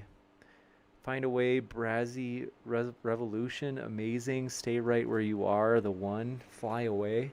I don't remember what their best songs were. You got to tell me. And then Dried Zeppelin. And then Heat Shield says Shoe. Oh, June. Okay, that's Shoe on Head's name. But yeah, so that was a cool idea. Good for Shoe on OnlyFans with not being naked and having her political views. That's interesting. It's innovative. You have to give her credit, right? Even if you don't agree with her. I don't know. Are you guys Shoe fans? Are you guys not Shoe fans? I have no idea. We've only had, like, loosely speaking, we've had Shoe on once when we did that collaboration event with Dylan Burns. And Shoe seemed nice, but I got to be honest, like, I'm so behind on everybody's content that I don't know what people are saying in terms of like what their views are and everything. It's hard to keep up with everybody. And then because I'm doing it both for my own personal pleasure and then also trying to keep up in terms of like knowing what's going on YouTube. Interspecies says, yes, I'm here. No worries. I understand people have all the responsibilities. Let me get you that link though, or that email. And then, Soundgarden is not the same as Savage Garden. Well, who does the song? Okay, Savage Garden. Then, okay, Savage Garden does the song about sleeping with you on a mountain. But their most popular song is Miss Murder, but my personal favorites are But Home Is Nowhere, The Killing Lights, and The Death of Seasons. Wait, was that AFI or who was that? I can't remember. Above Envy, Miss Murder. I'm looking at Miss Murder from. Oh, it's from AFI. Okay, cool. I'm gonna check it out. I'm for real. It's amazing how many views the videos have gotten. Good for them. I got an email. It says calling out a lie is now hate speech. Yes, that's exactly what I said. Thank you for your extremely charitable representation. I told you that calling out somebody for a lie is hate speech. That's exactly what I said. I'm like, how could anybody think that I'm going to even read their email when that's what they say? I'm like, how could I possibly take you seriously if you strawman me that badly? But don't worry, folks. I always love the, we've got our critics. We got a lot of critics on Twitter. But you know what, folks? It means we're making a difference. And that's what I am excited about. And so now, let's see. I'm trying to catch up on chat. Bubblegum Gun says, the Delgado's Hate album is underrated. Forgotten gem. What the? Are you sure? Ron Nakedness says, do you like Radiohead? Yeah, I remember Knives Out being one of my favorite songs from like 8th grade. But you probably wouldn't even know about that because when that song came out and I was in like 7th grade, maybe even 6th grade, you were probably still like 8 years old. So take that, stick that in your pipe and smoke it. And then Foo Fighters. Yeah, Foo Fighters were good. I'm going to look up some of their songs too. I'm glad you said that. Foo Fighters.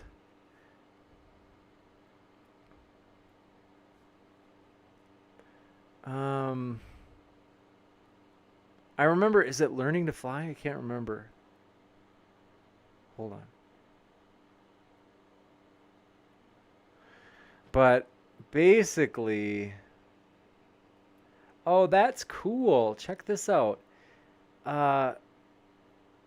Foo Fighters, I think when they released this song, they set it for a premiere. No, wait, how did they do that? Did they have fundraisers back in 2009 on YouTube? But, oh, okay, you can still donate. So they, like, opened it up as, like, you can donate. That's cool. Good for them. And then, let's see.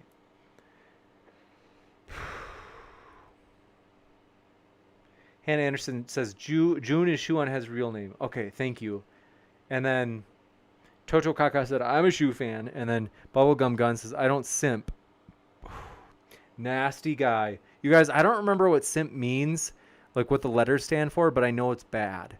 And then Zlaf says, I love my shoes.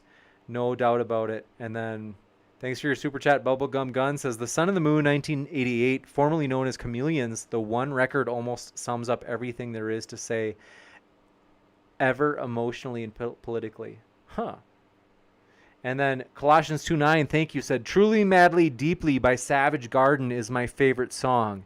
Colossians 2:9, it's my favorite song too. Thanks for letting me know that. They didn't. Brian Griffin says, the songs from the World Goes Wild album. Oh, that's funny. I get it. Brian Griffin. And then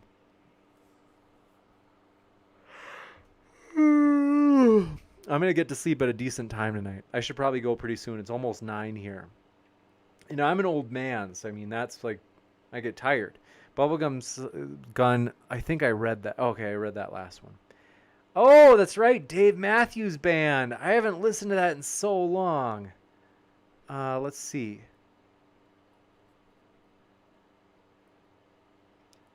What was the name of Everybody? Every Day. That's what it was. That was a great song when I was in like 7th grade. Everybody was like so amped about that song, which is awesome because why wouldn't you be? I have to rewatch that. That was a fun song. Now, in the video every day, is that Dave Matthews? I don't know what Dave Matthews looks like. I thought I remember the rumor being like, that's Dave Matthews. I don't know. You guys have got to tell me. But that's a sweet trucker hat that Dave... I have to get that hat. That's like the coolest hat ever. Matthews everyday hat. There's nobody making that hat. I have to make that hat. Everyday hat. Okay, American flag hat. American flag bikini. That's what popped up when I was searching for American flag hat. Does anybody, let's see. Do any of you guys have a kink? Sorry. I don't want to hear your kink, but for American flag bikinis. And one reason I'm bringing that up is because we are hoping to host a debate, a juicy, controversial debate, by the end of this month on whether or not kink at Pride events does more harm than good. So, you guys, it's going to be epic. Seriously. It will trigger a lot of people. It's not my goal. It's just like a side effect of our goal. But we also try to trigger everybody equally because we're really about equality. And so that will probably be a juicy one. You don't want to miss it. But thanks, everybody. Oh, yeah, I told you I'd tell you about other upcoming debates. We also have one with Perspective Philosophy against JF on whether or not it's better to leave a baby behind or an idea. Juicy. And yes, it's going to be juicy. So thanks, everybody. It's been almost 3 hours. I got to go, but I love you guys. Thanks for being fun. Seriously, I just enjoy this a ton. So I hope you guys have a phenomenal rest of your night. Thanks for all of your support. Seriously, hit that like button on the way out. We do appreciate that. And good old Twitch chat. Thanks, everybody. Man of Mystery, thanks for coming by, hanging out with us, as well as Kaya Reason and Sephirin and Tapatzel, thank you. And then Man of Mystery, Juicy in the Twitch chat. Folks, if you didn't know, we have Twitch and YouTube. So if you're watching on one, you can always jump in and see us on the other, as we're live on both all the time. So thanks, everybody, though. Seriously, we appreciate you. We hope you have a great rest of your day. I always hate saying goodbye because I just enjoy this so much. So thank you, everybody. It's always fun. Amazing.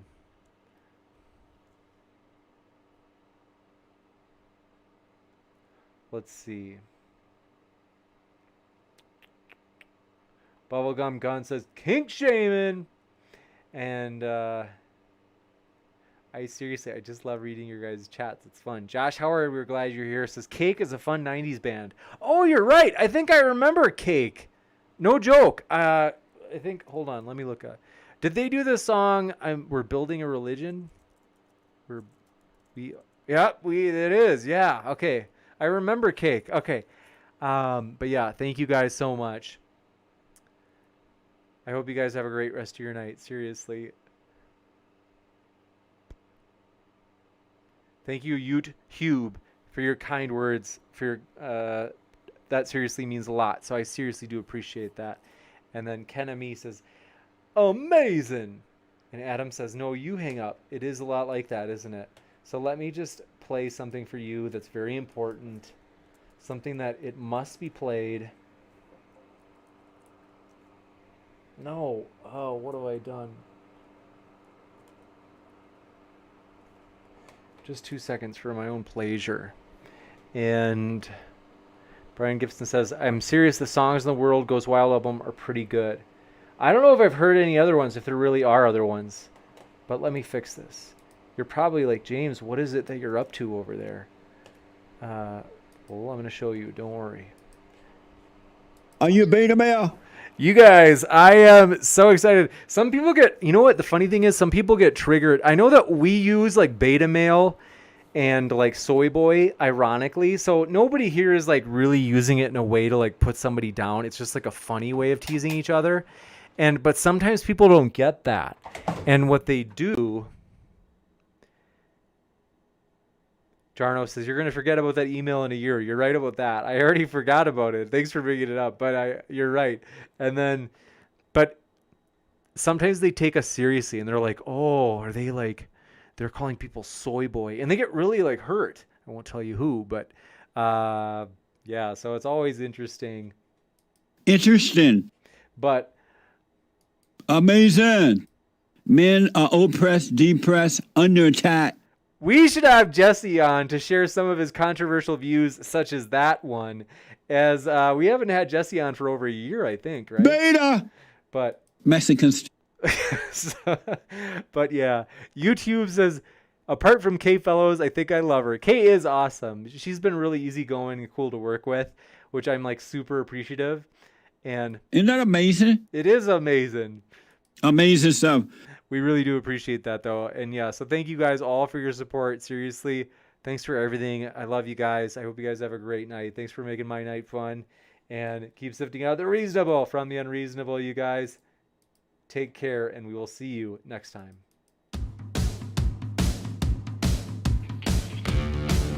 Yeah.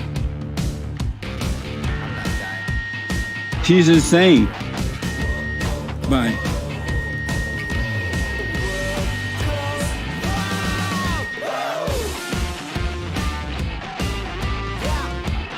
Boy, you lied through your teeth.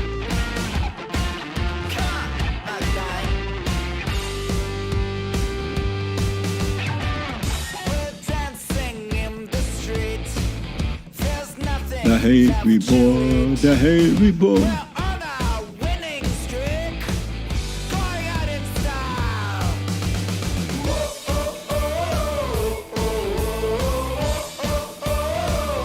Express yourself. Whatever's on your mind.